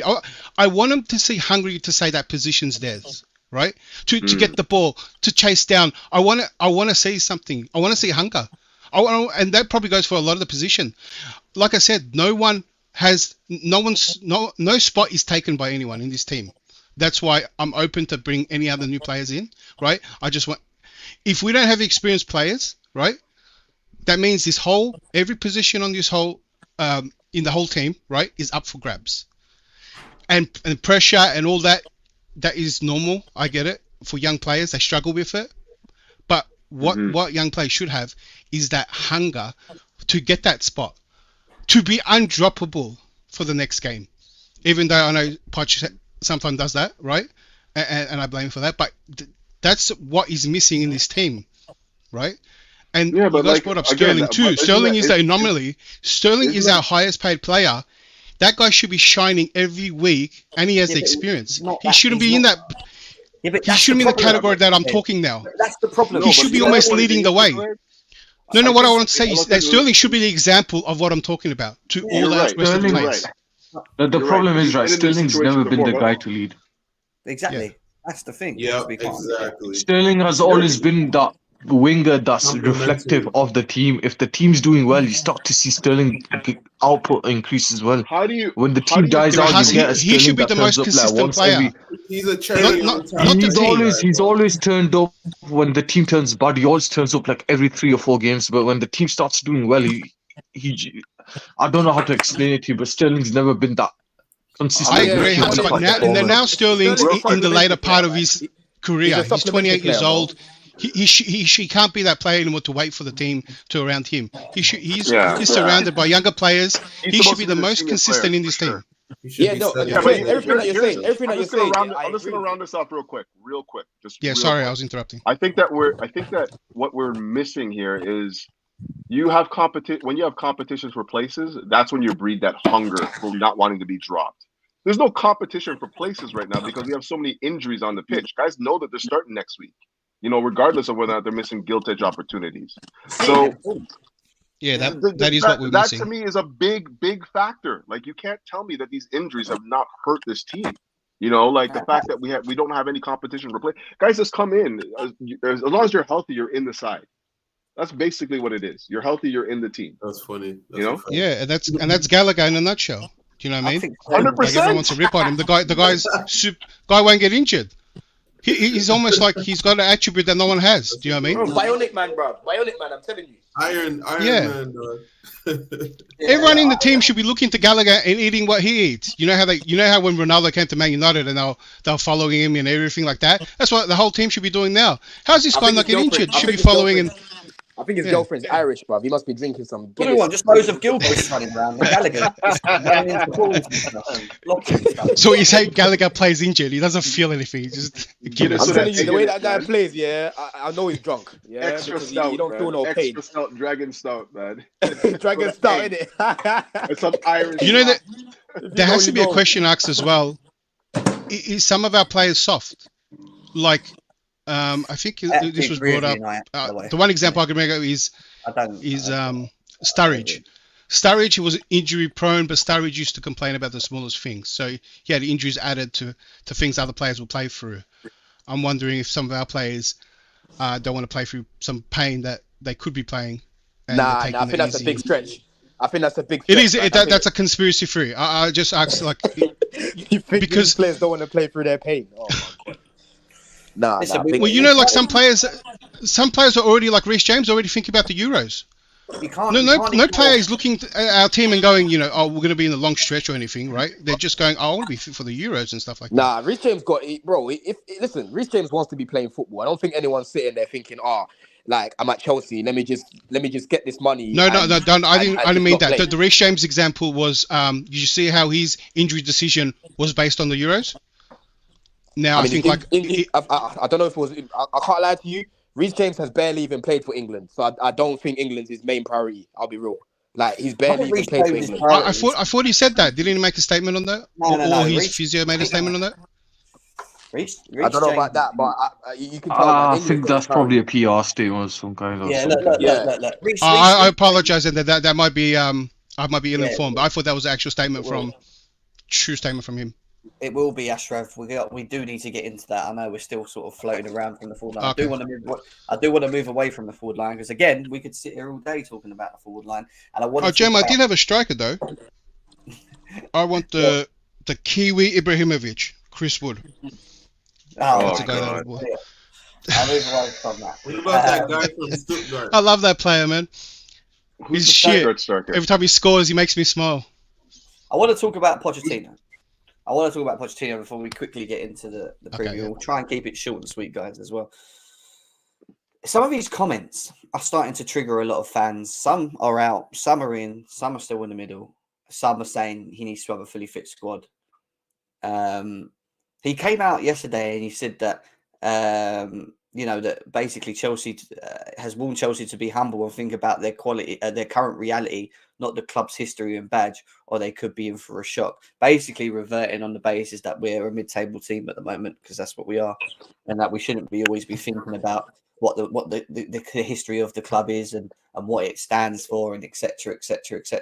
And to back that up a bit more, there was this comment here by Pies that we put up as well, of Pochettino saying people can think Chelsea is Chelsea. No, we are in the middle of the table, not competing in the Champions League or Europa League.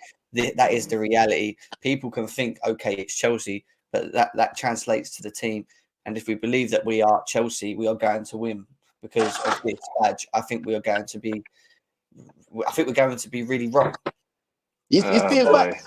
He's being facts, man. I don't get where the outrage is in this. Like he's basically just saying, don't be complacent. Don't think because you're playing for Chelsea. Don't think because you got the Chelsea badge on your chest, that you can just walk all over Middlesbrough and automatically win. Because that's what we did the other day against Preston. Yeah, in the first half against Preston. In the first half against Preston, these lot went out there thinking, we play for Chelsea. We're Chelsea. We're just going to beat these lot. And they want to work for it. Yeah. And that's what I was saying in the group chat. It had nothing to do with the tactics and that. It was the intensity. We didn't play well enough. We weren't doing the basics. Do you get what I'm saying? So I fully understand what Poch is saying. He's not saying, I'm not a winner. Like we're a bunch of bottle jobs. He's not saying that. He's basically telling the players, listen, we right now can't go in there acting as if we're Chelsea of old, Lampard and these lot, because these lot haven't done anything to go in there thinking like they're like that. They haven't. They need to prove it. They need to work for it. I fully agree with what he's saying. I'll be real. I fully agree with it. I don't get the outrage. Like I'm not happy with Poch so far, but I don't think you said anything wrong. I think it's the This reality. Like, clip, we need to go in there and this we need to play our excerpt, game. I agree with this excerpt, but wasn't there an excerpt he said about winning, something about winning or not winning? Just be I don't happy to like play that. in the That's the shit semifinal. that I don't like. I Me don't like too. that. Me Certain shit too. holds This it. one, I haven't even seen this one. I didn't know. Yeah, I this didn't see but, this one like, either. Yeah. To be honestly, Don, you're spitting facts there for sure, Yeah. 100%. The one that I have beef with is the one where he's like, "Well, we should just be happy that we're in the semifinal and be happy." Yeah. That's not the It's mentality bullshit. of a winner to me. I don't want to You know, hear like, that. He's not a winner, though. and also, Wait, and which also, one? well, Which yeah, one? He's not a winner. he said something about like when with the semifinal, this game against Middlesbrough, that we should just be happy that we're in the semifinal and just enjoy it and be happy. And I'm like, I that's not the didn't see killer that. I didn't see that mentality. one. Bro, you Yeah, don't want where to is see it? it. Do you have You it, don't want to Orchard? see it. Trust me. You know, like Is he that's trying not to take the the pressure off? mentality. Is he trying to take the pressure off the players? Maybe I know Mourinho used to do that Yeah, quite a I lot, feel like he's trying to take it off of him. or him, whatever. That's But what I'm yeah, thinking. irrelevant to all of these comments, because I've seen a lot of comments Yeah. from him where I've been a very, very you could have been very questionable. I want to talk about him as a manager on what he's doing, which is the most important thing on the pitch with the squad. What we've seen in training, are we seeing it? Have we seen it? Do we think it's a multiple things? Listen, look, we can't ignore the injuries. Count said it a number of times. We can't ignore the fact that he's had to deal with a load of injuries, and I get that. I think any manager would suffer with that to a degree. But at the same time, when we've been, say, 70, 80% there with the squad and we're slowly bringing players back in, I've kind of been waiting to see how he utilizes the squad in-game, how he sets us up, how he solves problems, when he makes the decisions to make substitutions. And all of these things for me are not been good enough. I'll be quite honest with you. I don't think I worry a little bit when I watch him. Somebody's got some feedback going on. Yeah, someone's got an echo. I don't know. Maybe declared, I think. Is it declared? It might have been done. But, Is it me? but from what I've seen of him as a manager up to this point, I'm not out. I'm not strictly out. I'm on my way. I'll be quite honest with you, to a degree, because Interesting. I watch some of his. For me, it's not specifically about the character all the time and how they carry themselves and the Mourinho style, this, that, and the other. It's more about how they solve things on the pitch and what they do and how they utilize. And I know injuries has been a factor, and I get that, but I am a little bit worried from what I have seen up to this point that even if we do have a fully fit squad, he will, number one, still play players out of position, and number two, tactically, with a game plan, I think we're going to still see, and we have seen, issues with the understanding of what it is we're doing in game. And when we go out and play against specific teams where it's not working, and you can see it's not working with specific individuals' levels on the pitch not being at the levels it needs to be, and you have specific players on the forward line, I'm talking about, on the bench available where you can maybe make the action, he doesn't make them actions. He waits well too late. We go 1-0 behind, and then he goes, oh, okay, let me do something. And I see Graham Potter do it, and I see Lampard do it. And I've seen managers, over the last 2-3 years, seem to just make their judgments a little bit too late or wrong in game. And I just don't think that, I'm not saying we played bad under him, because I've seen moments where I think, oh, actually, this is quite good the way we're trying to move forward with the ball. But at the same time, I just think tactically and the management side and the solving side of when we are struggling and, trying to break low blocks or we're behind and whatever, or getting behind the team and trying to get them to come out in the second half better than they was the first is not there on display. And that all comes from the manager for me. Because you can see it on the pitch. They get lost again. They don't know what they're doing sometimes. And it's like, okay, take control of the situation, Poch. Make things happen. Take this one off. Do that. Do something different. Put Gusto back in his natural position. Against Man United, we had Cucurella. We had a problem with the right backs because Gusto and Reece James were injured. And this is a good little example, right? Instead of having one problem, he decides before we start the game to give us two problems and put Cucurella, who's the only left back we had left, on the right back, and then put Colwell left back. So what you've done, and then really, give him the captaincy too, and then give him the captaincy exactly. at Old Trafford. So not only is he not solved it because you can't solve it, he's giving himself another problem anyway, which is going to completely unbalance the team. And he unbalances this team too much from what I've seen in the way that we set up. Sometimes it just doesn't look. It's not going to work. And I know even before we even start that we're going to have problems, and that's not right. He needs to solve things. He needs to I just don't know whether he's got that mentality. That's still the question mark with him. I'm not too sure if he's got it. That's all it is with him. And I will sit here and wait for Nkunku strikers to come through the door. Everyone to come back fit, and then see what he does at that point. But from what I've seen up to now, I've not been that impressed. I'll be quite honest with you. See here, and here's kind of where I think we need to just view it from a position of context, right?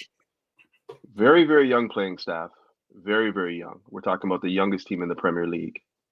The know-how to see out matches, the know-how how to just manage the game is not there.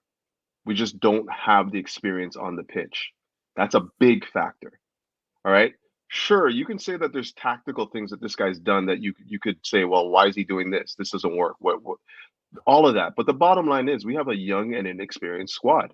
So I can't really go at the manager, a manager that is supposed to be good at dealing with young, inexperienced squads and getting them to their peak level until he has an opportunity to work with these guys. We're talking about a period of 4 months. 4 months with this young squad that we're asking for the sun and the moon, and coupled with the fact that we also have 4 months since the start of the season, right? Okay, regardless, and coupled with the fact that we have a whole host of injuries that you can't ignore. You just cannot ignore. You're talking for him to change the game. Change the game with who? With Gilchrist? With Matos? No. There's been that's not do on this. The bench sometimes. We've had 2 goalkeepers on the bench we've had good enough benches, Couch. We've had good enough. I don't know about that, bro. We can go back and look. I'm not going to He doesn't use the tools well enough, in my opinion. Let me just finish my point though. Let me just land this one point. And I think if you bring in Poch because you thought that he was good with young squads, his good management, and you want to see him take this young squad to the next level, the time to be berating him is not 4 months into the season. The time to be berating him is after the season, evaluating where we were. We already just said that if we had a striker, if we had Nkunku, those 8 or 9 points that we lost because we didn't have a striker or because Jackson missed sitters and whatnot, where would we be in the table right now? We'd be exactly where we expected to be. We said the same thing about Graham Potter. Same thing. I never said that about Potter. Let me give you the comparison here quickly, just to stay to what you said. We still created under Graham Potter. We still, created. We had high amount of XG under Potter. Oh my gosh. We had a high amount of Mason Mount and high. Yeah, but that's my point. That's my point. That's not the issue. The issue is not the creating and needing the striker. We do need the striker. I get that. Someone that's gonna. I don't think that we created under Graham Potter. My issue is my issue is the style and identity. I want to see what he's trying to do. Okay, but when are you going to? Okay, so this season where I don't know what. I don't think even the players know what we're doing and how we're going to break a team down. Yeah, because they're young. They still have to learn. Yeah, but they've all got. This is the thing, Couch. What you're saying, Couch, is spot on. What you're saying is true. Yeah, there isn't just one person to blame. It's not just all on Pochettino right now. No, but I have to agree. I have to agree with Jem as well at the same time because there's been games where guys are fit. Yeah, and he can put out a balanced lineup, and he chooses not to do it. There's been games where he's been a little bit too reactive, like against Brentford. Yeah, waiting for them to score first before deciding to take the Sarsi off. You're literally putting Madueke out there on the right by himself, letting him get doubled up. When I was at the bridge, I'm literally watching this guy. Yeah, I know he's not a right back. The guy's not even trying to break lines. He's not even trying to jog. Yeah, he's literally just there as a body. But then what does Poch do in the second half? He starts panicking, like Jem's saying, and then he brings on Reece James. And now it's a little bit too late. So, end of the day, I have to agree with what Jem's saying at the same time. As much as, yes, we've missed chances, there's certain games where if we had Nkunku, we win these games or whatever, or we draw or whatever. At the same time, tactically, this guy has not been good enough. And you guys know I wanted Poch. He hasn't been good enough, bruv. I don't care if it's 4 months, 5 months, you can show us something. Why can Ange show Spurs something within 4 or 5 months? Because he has a more veteran squad. He's had an injury crisis as well. He's had an injury crisis. He's had loads of Exactly. injuries. Yeah, No, Yeah, but, he's got a more veteran everyone's squad. had injuries. That's But why. guess what? You know, Yeah, you know and so did Potter as well. Hold on, Poch. I'm about to call you Poch now, Couch. Hold on, Couch. Yeah, like with Poch, yeah, with Ange, sorry, yeah, he hasn't ignored and left his principles. Yeah, I get it. Nkuku got injured, yes, but that doesn't mean that you throw away your whole plan and start making it overcomplicated for these guys. Do you know what I'm saying? Stick to the basics. Why is it that we could barely even see Maatsen the whole season? Right? You're telling me about height, He's not but then we ready. still concede set pieces and corners every other week, every other game, right? Or every game, in fact, right? So end of the day, like it's a bit of both with missed chances. The players have to take responsibility for that, and at the same time, Pochettino has not been good enough. So I think we're trying to focus on one thing too much. It's everything, bruv. Right now, it's the collective It's and the everything. owners as well. It's Yeah, 100%. that's what I wanted to I agree say, with that. because the subs that you talked about is very minor to the bigger picture. I agree that I wanted to see a style of play, right? But there's too much cogs in the wheel here that to make that happen, right? That's why I almost say I'm not sure if Poch is trying to implement it. If he's failing at that or not, because of the players, some of the mistakes they made, or they don't understand their role, or the players aren't playing well, right? So we don't know for sure if he is trying to get a style of play, and the injuries is a factor as well. Once you change the fullbacks, then it's a domino effect on each other's roles, right? A fullback can't go up anymore. He's got to go the distance. Someone's got to cover this area. It's a domino effect. I don't think we've seen, right, the way he wants to actually play. And I don't think these players are doing that well yet to execute it. So we can't say definitely that he's not trying to get a style of play in yet, right? Potter, on the other hand, he had a team that already knew how to play. They've been in different styles of play, right? It was very easy to implement, right, on how he wanted to play. They just didn't want to play for him. There's a big difference in comparison, right? 100%. So we can't be certain, right, that Poch is trying to get this style of play and the players aren't playing the roles right. You're missing the point. My point is clearly this. I watched us at Wolves away, all right? We lost 2-1.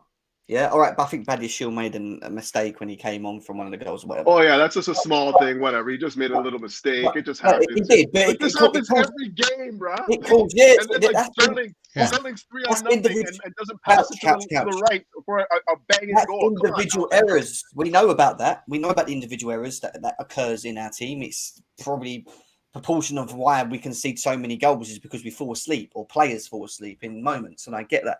Going back to what I'm saying about Poch is even in that game, when we went behind, right, I remember talking in that game in the chat and saying, he needs to change it. What's he waiting for?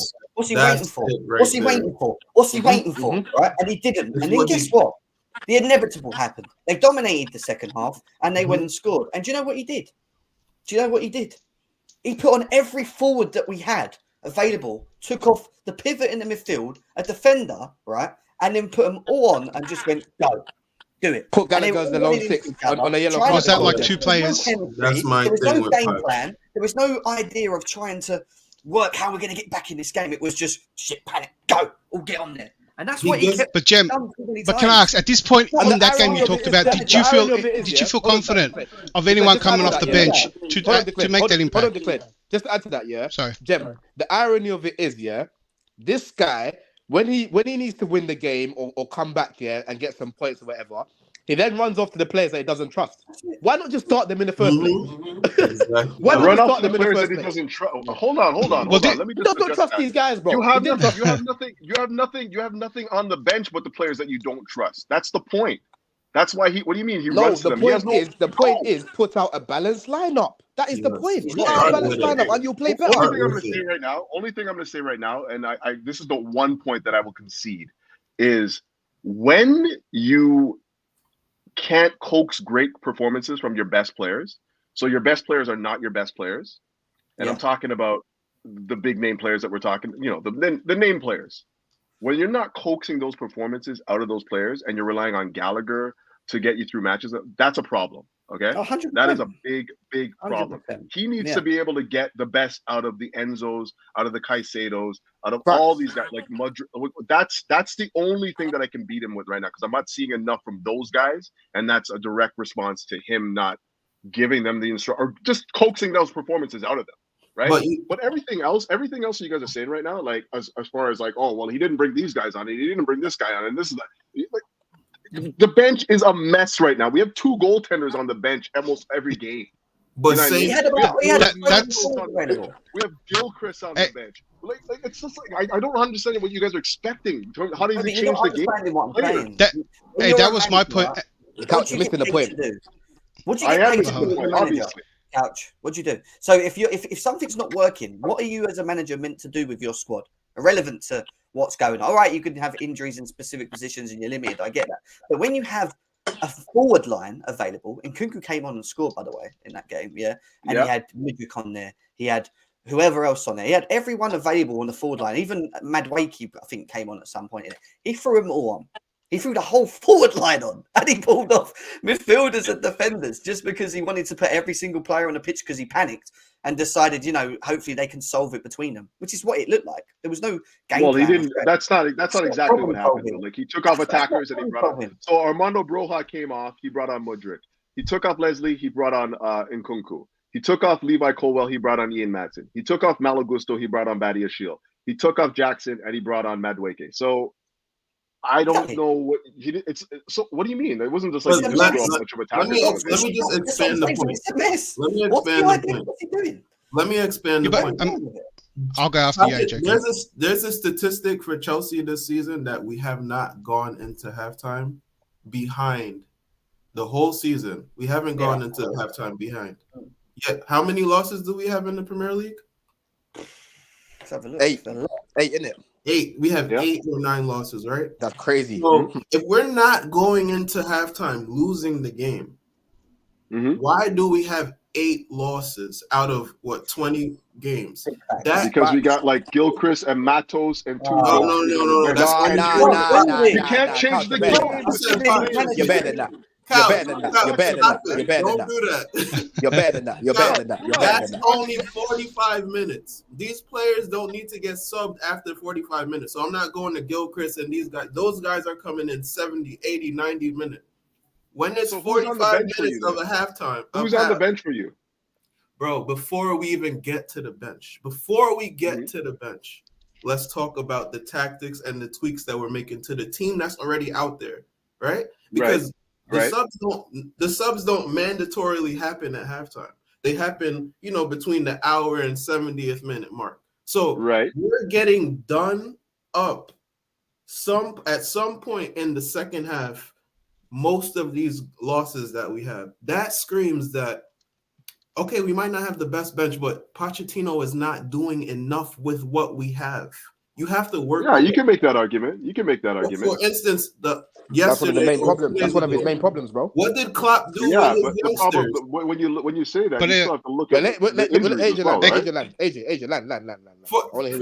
Just to wrap it up, Klopp and Arsenal versus Liverpool yesterday or 2 days ago. Liverpool didn't have their best team. Then Klopp bring on 2 youngsters and they started cooking up Arsenal late in the game.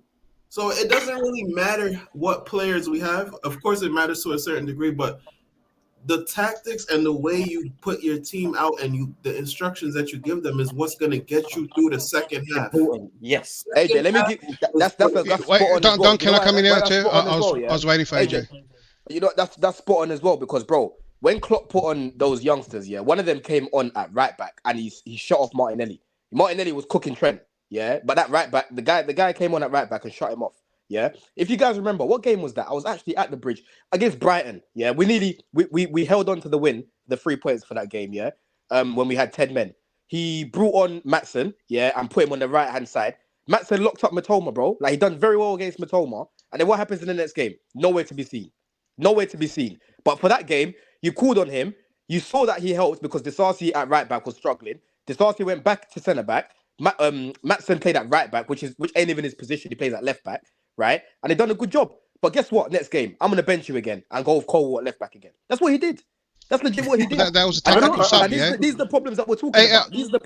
I just want to say, isn't it both factors here? Like, I mean, I'm sure you agree. I don't want to sound like I'm sticking up for Poch too, because he does have his mistakes too, the subs too. But you got what I agree with Couch is that you can't. He has no one to turn to. These players have so many mistakes too. You ask the question, can we get more out of this team? And you don't know. I reckon it's really 50-50 what's going on here, right? The players aren't performing good enough. They aren't consistent enough, right? There's individual errors way too much, right? And then Poch, some of his decisions are questionable too. And you're nitpicking by certain moments, right? Oh, he didn't do this. You know what? I can nitpick certain moments on a pass not delivered, right? A mistake made, right?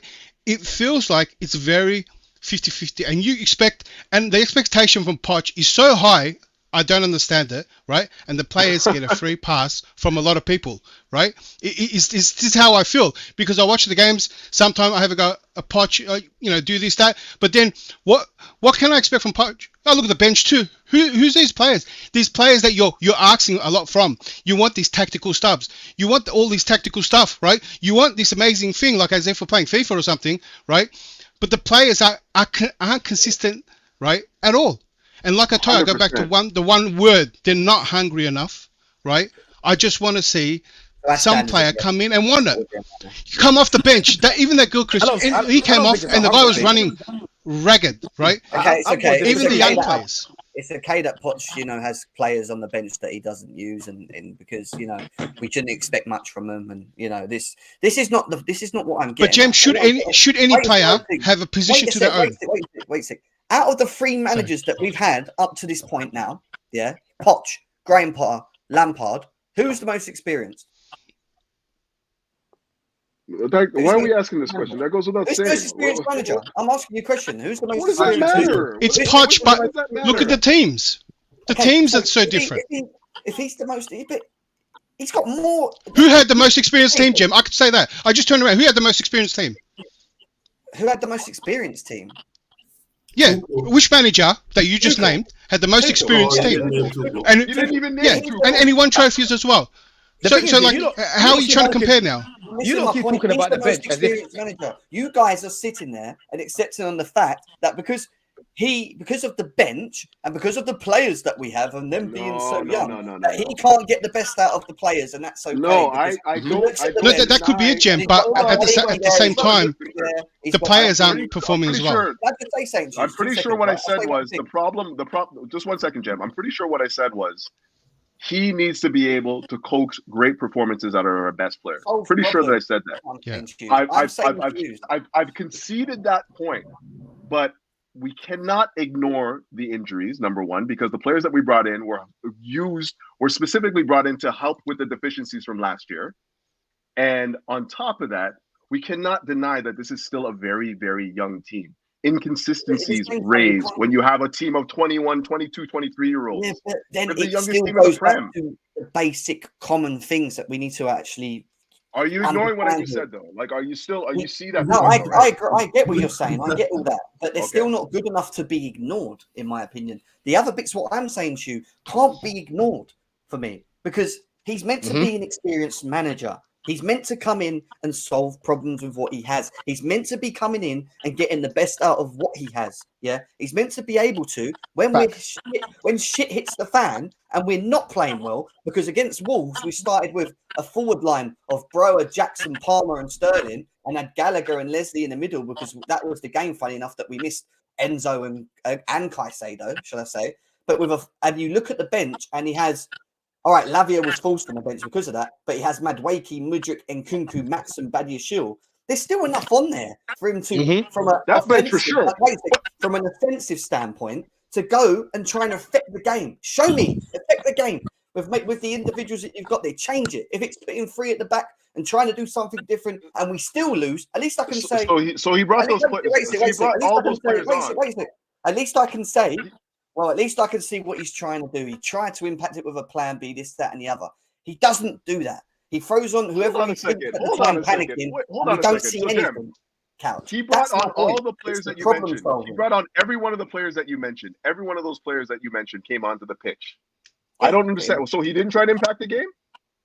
No, because it's a salvage job. So it didn't work. This is the it's way after the fact. It's not proactive, Carl. It's not proactive. We gotta. Because it didn't work. So because it didn't work, he didn't try to impact the game. No, because he did it again too. That's why. It's not just because. When did he do it again? There's no When did plan. we do it again?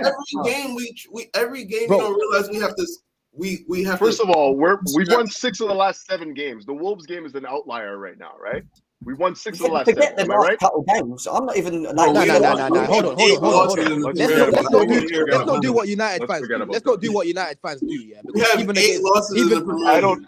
let's not do what United do because Yeah, I'll yes, change that. we've been getting results, We'll come but back to it. Poch has been shit in these games where we've been getting results. I'll be real. Yeah, the game where I was like, I can't really look at Poch. Yeah, was what game was that we lost recently? Like, yeah, Wolves, Sterling. That's not on Poch. You got to bury that.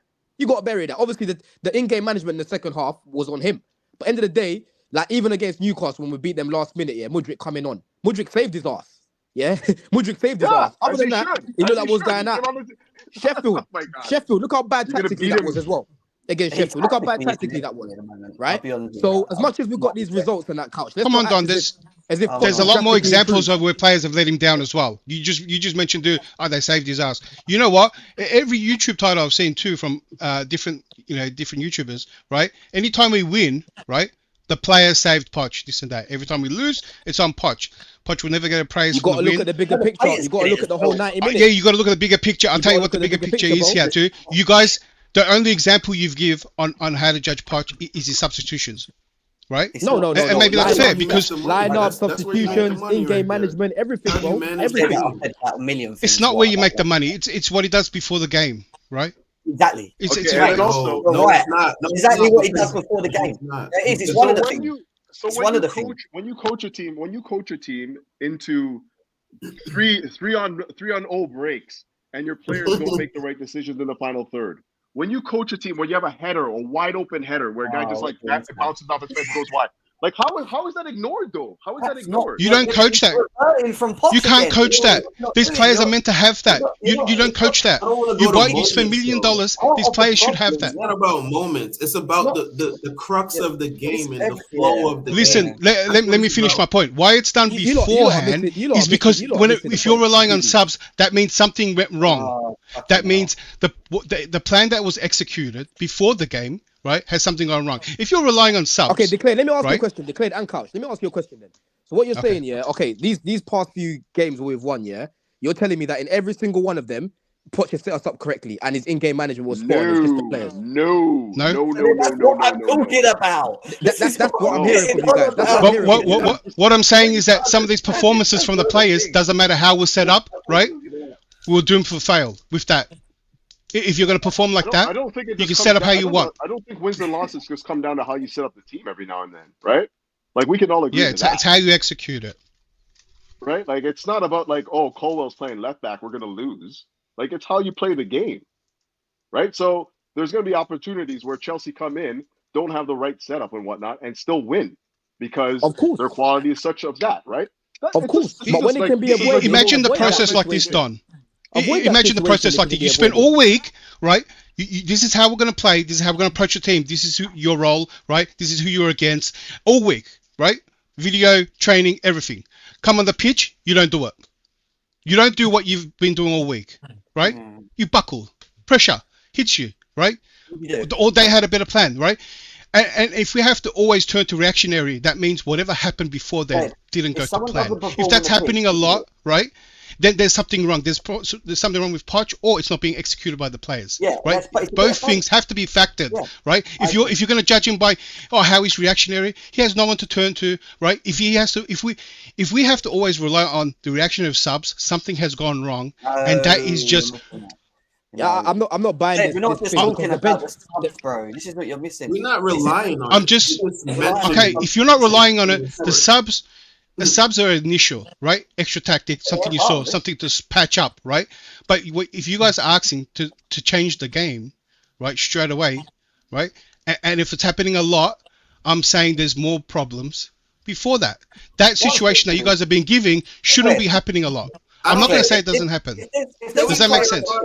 Can we clarify that it's not 100% on Poch and it's not 100% on No, players? it's not just playing. That's what I'm saying. Exactly, AJ. That's what I'm saying. It's very arguing like we're 50-50. saying it's I can't 100%. blame one or the other fully. That's where I'm at. I'm giving you That's exactly where I'm reasons why. Yeah. Why Poch is involved in this and what I don't like from what I've seen Yeah. of Poch. up to I'm this not point. saying It's it's not, only it's not just all on Poch. Right, I'm not and- sitting and- around watching the moral, but I'm just saying from what I'm watching games and seeing what he does as a manager with what he has, Mhm. I don't It's like not what good he, I enough. don't like his So reaction. you're I don't like it. so I think what's happening is we're dealing with the margins here. You're saying it's more on Poch. I'm saying it's a combination of both, and we're dealing with the margins. Like it's not like we're miles apart in terms of how we see things. I agree with you guys. There's certain situations where I'm like, what is going on here? This is not good.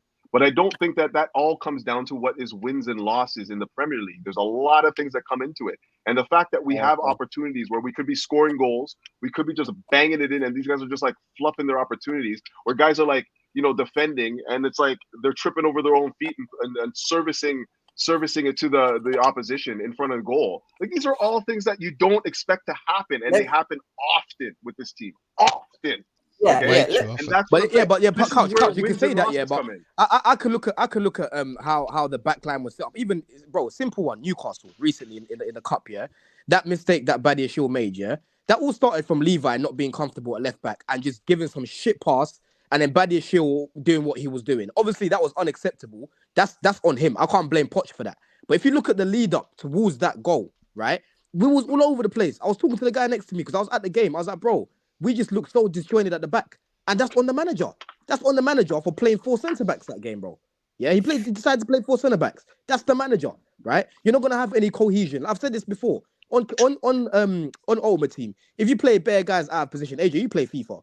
If you play bare guys out of position, chemistry's not gonna be on 33. Are we really doing that? You Okay. can't Bro, use I'm FIFA. doing it, bro, because it's facts. Don, can I ask you a my question? God. Do you Yeah, think it's that facts, working Our on chemistry cohesion? Hold on, Declan. Our chemistry, Yep. majority of this season, has been 18 out of 33 because guys are just being played out of position. Yes, there's injuries and that. Is that a FIFA But the number? guy- Is that a yes, Is that a FIFA yeah. number? No, 18 out of 33 I is don't play bad, bro. FIFA, so I don't know. I'll tell you what FIFA doesn't the factor. chemistry- The fact that they're chemistry all needs to be- new as well. New players. guys, Couch, we need couch, to move chemistry- on as well. We need to Okay, we need to move on. Yeah, I need to go in a second as well. But yeah, chemistry like should be 33 out of 33. We're on 18 out of 33. Put it that way. Yeah.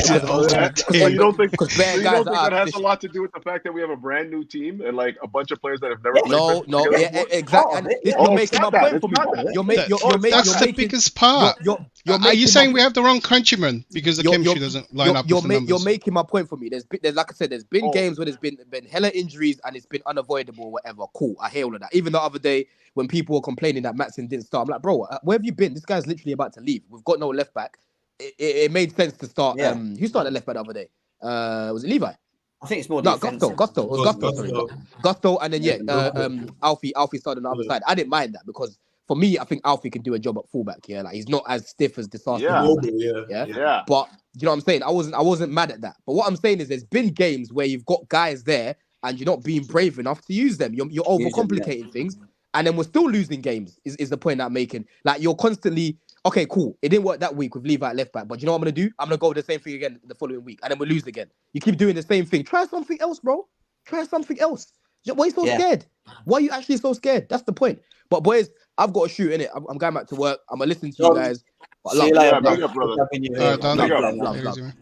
Big up, man. Guys, I want to just quickly read this out and go on to the game because I didn't realize we've been on for 2.5 hours. Jesus. Jeez. That happens You when haven't I been haven't on for long, that's why. Exactly, I haven't been on in ages. I need to go as well at work. C Nyack says, bare minimum, I'm asking Poch to put these players in positions to succeed. Then if they miss it on them, it's on them. Consistently, we all can agree hasn't happened. Yeah. Exactly. Yeah. I agree with that. I agree with well. that. I would say that consistency is something that you get from more veteran squads, right? Like you get more consistency. Wouldn't a from good players test that have be been in when all positions. our players are fit? Hopefully, 100%. one day. 100%. You're never going to get that. I'm telling you now. This club's never going to get that. I mean, And I was asking that question. Do you think at one time of the season we can get almost everyone fit I'd love to actually see? Because then I could really, really start watching the tactical bit that I'm doing to you guys now, which is maybe a bit too much now, maybe. But it's just the way I look at the game. I rate all these things. I watch managers closely. I look at what they do in game, how they solve, how they set us up, what we're doing on the pitch, how we play. Like I like watching. I really observe when I watch us. Like it's just the way I look at and things. so do I. But I also think that like we're putting a lot of expectations on players that are not even close to ready. Like we want to be top four. No, we I want to agree be winning cups. Like these guys are not ready for that, man. And we're expecting the sun and the moon from these guys that are just like babies. You know, so anyway, like you guys know where I stand on this. I don't think that it's all on Poch. I don't think it's all on the players. I'm kind of in the middle. I think that like there's a lot of things have been thrown at Poch at the beginning of the year that makes it very difficult to have a settled squad, have a settled way of playing, because you're pulling people in from the cold. Another one goes out, and then you have to find a synergy and cohesion from that, and it's not easy. Like I'm not saying that he's been perfect, but it's not easy. You know, that's just it. We'll come back to the whole Poch discussion later in the year. I'm sure we will. We'll come back and we'll have discussions on it. And like I said, things can change. You might get it to work. They might all come back and I start seeing more of a game plan, identity, decision making. We'll have that discussion, you know. And this is what it's all about. But let's hope it does, because if it does, we'll become more successful than what we are. That's what I want. You know what I mean? So at the end of the day, look, we were talking about injuries. This is our injuries list at the moment going into Middlesbrough. Benoit Badiashile is out. Ben Chilwell is back in full team training. I don't know whether he'll be in the squad. Carney's still out. And Nkunku is still undergoing medical assessment. Trevor Chalobah, Cucurella, Fofana, Reece James, Lavia. I mean, you look at them names, they're big names, some of them. You know, starting 11 right there, bro. You know, like it is. There's a lot. There's a lot we're missing there. With Leslie also out and Robert Sanchez. Going into this game tonight, it's obviously a two-legged game. We're starting away and then we're at home. I think it's equally going to be key tonight just not to lose, to be quite honest with you. Just whether we win 1-0 or even draw 1-1, whatever we're going to do tonight, just don't lose for me going into the game at the Bridge. I think that at home we'll be, I think we will get the job done. But if we get the job done away and win 2-3-0, go and do it. Like, I'd be happy to see it. But my question to you guys would be, how are we setting up tonight? How are we going to be playing? Is it going to be the normal 4-2-3-1 with the Broja as a striker first and foremost, without question? Yeah, you know, with the two and then something like that, even though this formation layout's crap. Yeah. But we all know that Petrovic is going to be in goal if he's on here. There he is, Petrovic. What goes on with the back then? Because Badiashile's out anyways. It's obviously, I'm assuming Gusto, he will play Gusto in his natural position. I don't want to see him on the left, but I want to say Gusto on the right. Yeah. He deserves to start in his best position.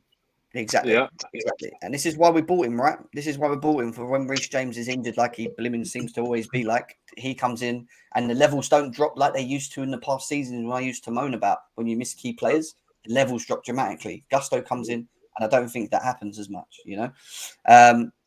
What we're doing with the centre-backs? Tell me. What do you want to do with the centre-backs? I think Silva comes back in. Yeah, you know Silva's in there. Yeah. Is it Silva Disassi? Is it going to be Silva Disassi Colwell? Probably. I think that's it. That's all we have. Yeah. Yeah, Silva Disassi Colwell. That's left back. Can you do anything else? No, I don't think we can do anything else, can we? Other than play, what's his name? Alfie. Although and play that new guy, got his name now. Gilchrist or his name. Alfie Gilchrist, yeah. No, I think that will be the back five, to be honest with you. Yeah. I don't see that. He's not going to do anything different. It's not. We haven't got much to hand. And then I asked you the question in the midfield. Does Conor Gallagher come back in tonight? Does he play all three? You know he's coming back in. You know he's coming back in. So then who? I think he plays in the big games. Enzo is out, bro. That's what I'm thinking. To start, I think Enzo. I don't mind Enzo being on the bench right now because I don't actually think he's fully there anyway. To be quite honest with you, even though he was all right in the last game, I still think he's still trying to find his full self, fitness, and everything. He's been injured, hasn't he, as well? So it could be a Gallagher Caicedo thing in the middle. And then the forward line where we have got numbers, barring Nkunku. Obviously, Jackson's gone. Brower's going to be up front. We agree with that, don't we? Yep. Yeah. Get him in there. We're going to need him, and hopefully he can score again today and continue moving forward with that. Cole Palmer has to play, doesn't he, in the 10? Get him in there. Number 10. It's just where you play him. I don't know. That's where the real question here is... So Raheem Sterling's going to play. But where does he play, right? Does he play on the left or does he play on the right? Plays, though. That's the thing. I think Madueke. You think they're going to start Madueke, yeah? Yeah, I do. I think Madueke's going to play. I actually think Modric will play too. So no Sterling? No Sterling, then? Wow. This is a semi-final, guys. Don't forget it. This is not like the League Cup I think Sterling starts. Or I think it's going to be Cup third round. This is what I think. I don't know if you agree with me. I think it's going to be like that. I don't think he deserves to start because I think Madueke and Mudryk are the form players, but he did score What? last After game. his last game? I think Yeah, Sterling's he been scored last game. increasing his output last couple of games. Bro, Sterling his has last output. game was man of the match for me. I don't know about you, but I thought he was a man of the match. I don't know. I mean, with Pochettino, he's definitely going to start because he likes the experience up there. But I think Mudryk deserves a start because he's been. Sterling maybe has had a good game, but remember before that he was poor and he made that big mistake in that game, not playing that. Oh, for sure. The Wolves game or whatever. Yeah, for sure.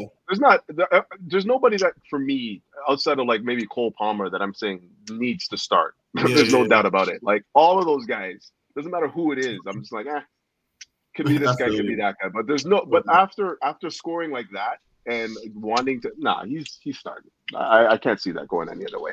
I think Sterling starts. I think Madueke gets dropped. Maybe. Then if that's the case, then Sterling's going to be on the right again, and it's going to be Mudryk, isn't it? I think why I say Mudryk, I think this is the type of teams he thrives in. You know, the bit like not like where he can use his pace and power, and they're not up to the Premier League standard. Do you know what I mean? might have some mistakes where he will expose very quickly. I think this is where he thrives more. That's how I look at it. And Sterling should mean the same too. I think those two should. You don't think this is going to be a low block again, though? It's going to be low block. Yeah, I do. That's why we need him. I don't think that he can use his pace that much versus low block. Like I don't know. I think that you need somebody a little more. That's why I think one thing with the low block, they're not going to do the old style Stoke City low block unless they're winning. Yeah, then right? if it's a low block, then Gallagher does the start. Yeah, I would. You got to catch him. You got to catch him quick before they can get organised, right? I wouldn't be even surprised if Broja gets dropped and Sterling goes up there. No way. I think that. I know we'll have no aerial threat, but what we would have is working around the. You don't do that. You're not making them organised. That the could one happen. thing I say about Poch is he doesn't actually with the striker. If it's a striker available, we will play him. And I said that when Bro came back from injury, he played him straight away. He didn't even put Sterling on anyone up front. That would this is a once-off against a team that you assume that wouldn't have a high line. Do you like and Broja has been good aerially, so I see him playing on. I can see the other way as well. Is why I'm not ruling it out. I think I like Enzo and Sterling on the left or right. Huh? Do you prefer Sterling on the left or Sterling on the right? It depends if he starts Madueke or not. He has better shots on the right. I feel all the other players, just Sterling, Raheem Sterling. Do you like him on the right side? Left. Yeah. Everyone likes him on the right. I like him on the left myself, but I kind of like him on the right because it simplifies his game a bit more. I think he's more effective on the left. I think he goes quiet on the right. To my honest opinion, I prefer. I think I need to check his output. I actually think he'll do better with Gusto. At least Colwell here can let Modric not have to come back.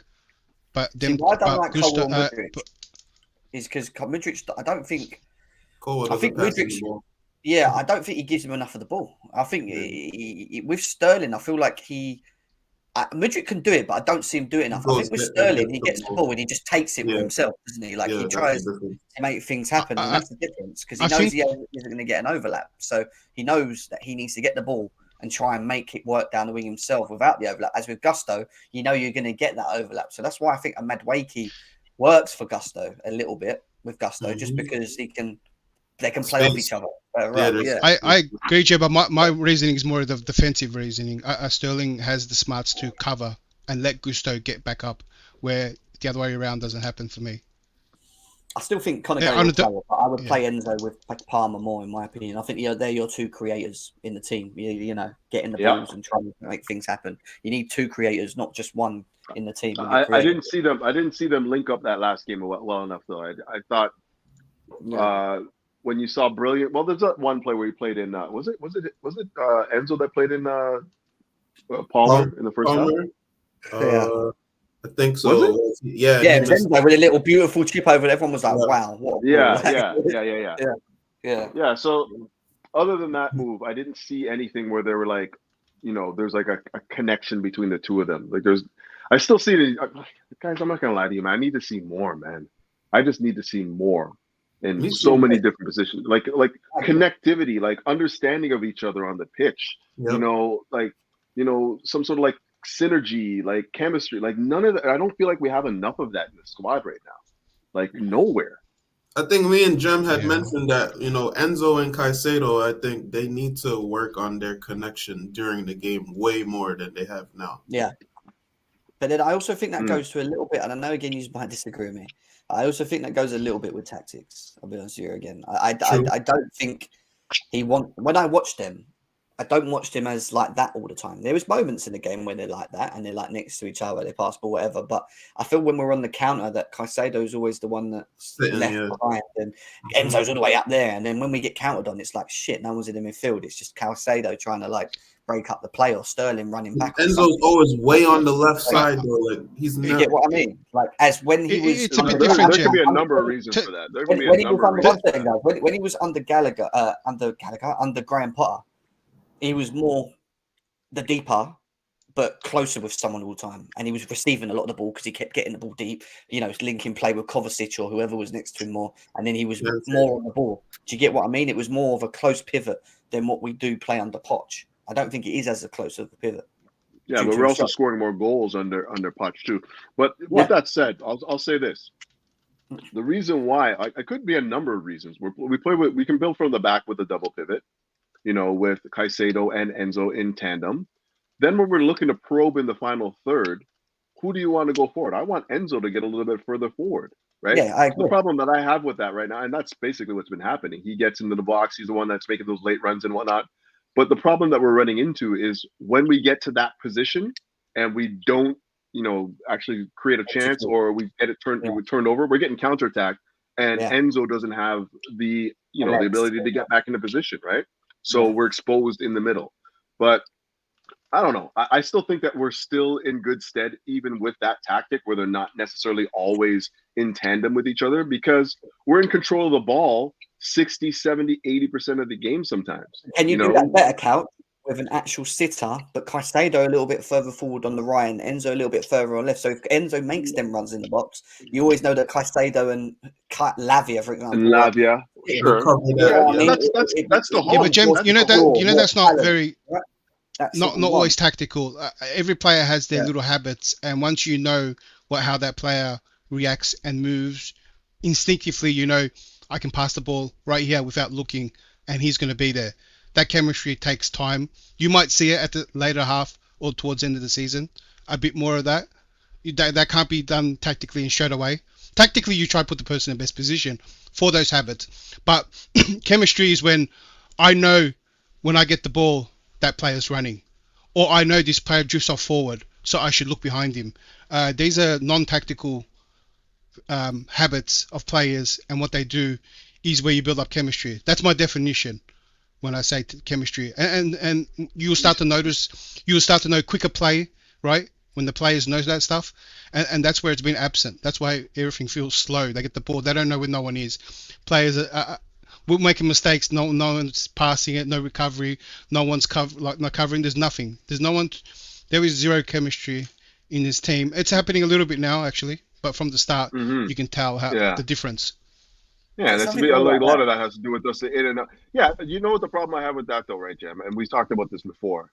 Like you take an attacker off to play that midfield three. I know you're going to say, yeah. It's just we're not getting any goals from that midfield. Like nobody is going to be scoring goals in that midfield, and that's the problem I have with that. But tactically doing this, it might involve Enzo more, like on the ball, doing it something like that. This is what I'm saying. We most certainly will.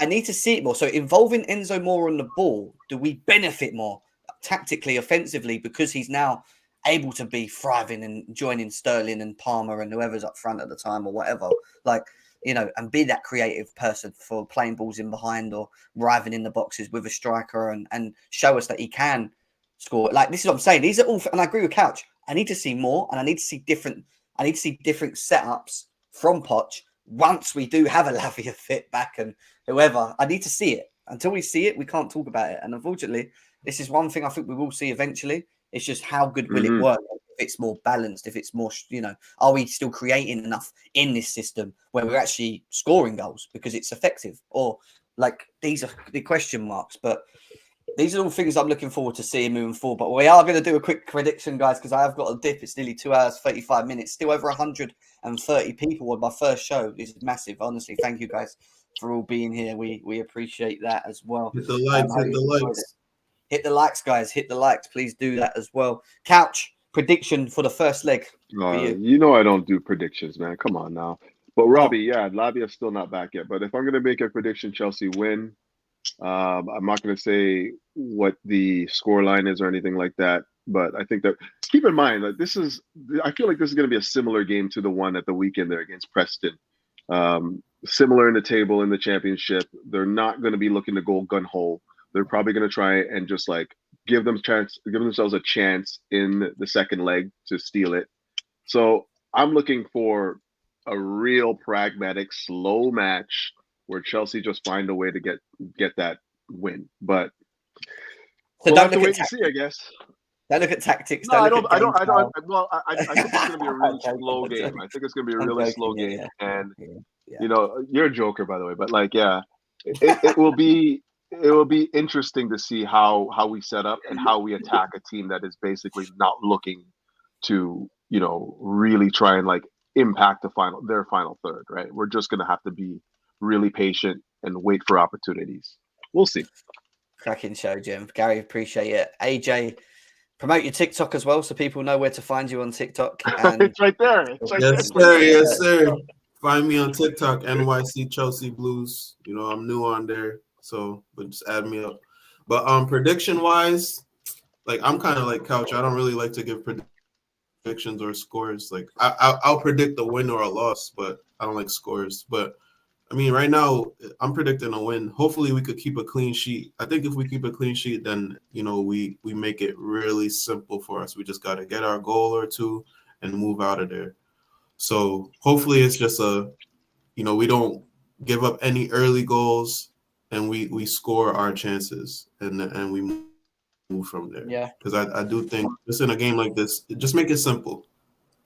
Yeah. It's not going to be simple though. I don't think so. Nothing is. Nothing is. Aston Villa only about won, didn't they, against them in the FA? I mean, again, how much tolling effect that took on them in that game as well? That's another thing as well. No individual mistakes. Oh my God, please. No individual mistakes as well. Hassan. I think I'm probably going to be the first one to say, I think we'll probably win 2-0, but it's definitely going to be a frustrating game. They're just going to sit back a lot, and I don't care who scores, but there'll be 2 own goals, whether Modric hits one in from a corner again, something like that. I just want us to win the first leg and then make them come out against us. But yeah, I mean, like what Couch is saying, it's going to be very interesting to see how we react to a team that's just going to sit back and play the way Burnley used to play against us.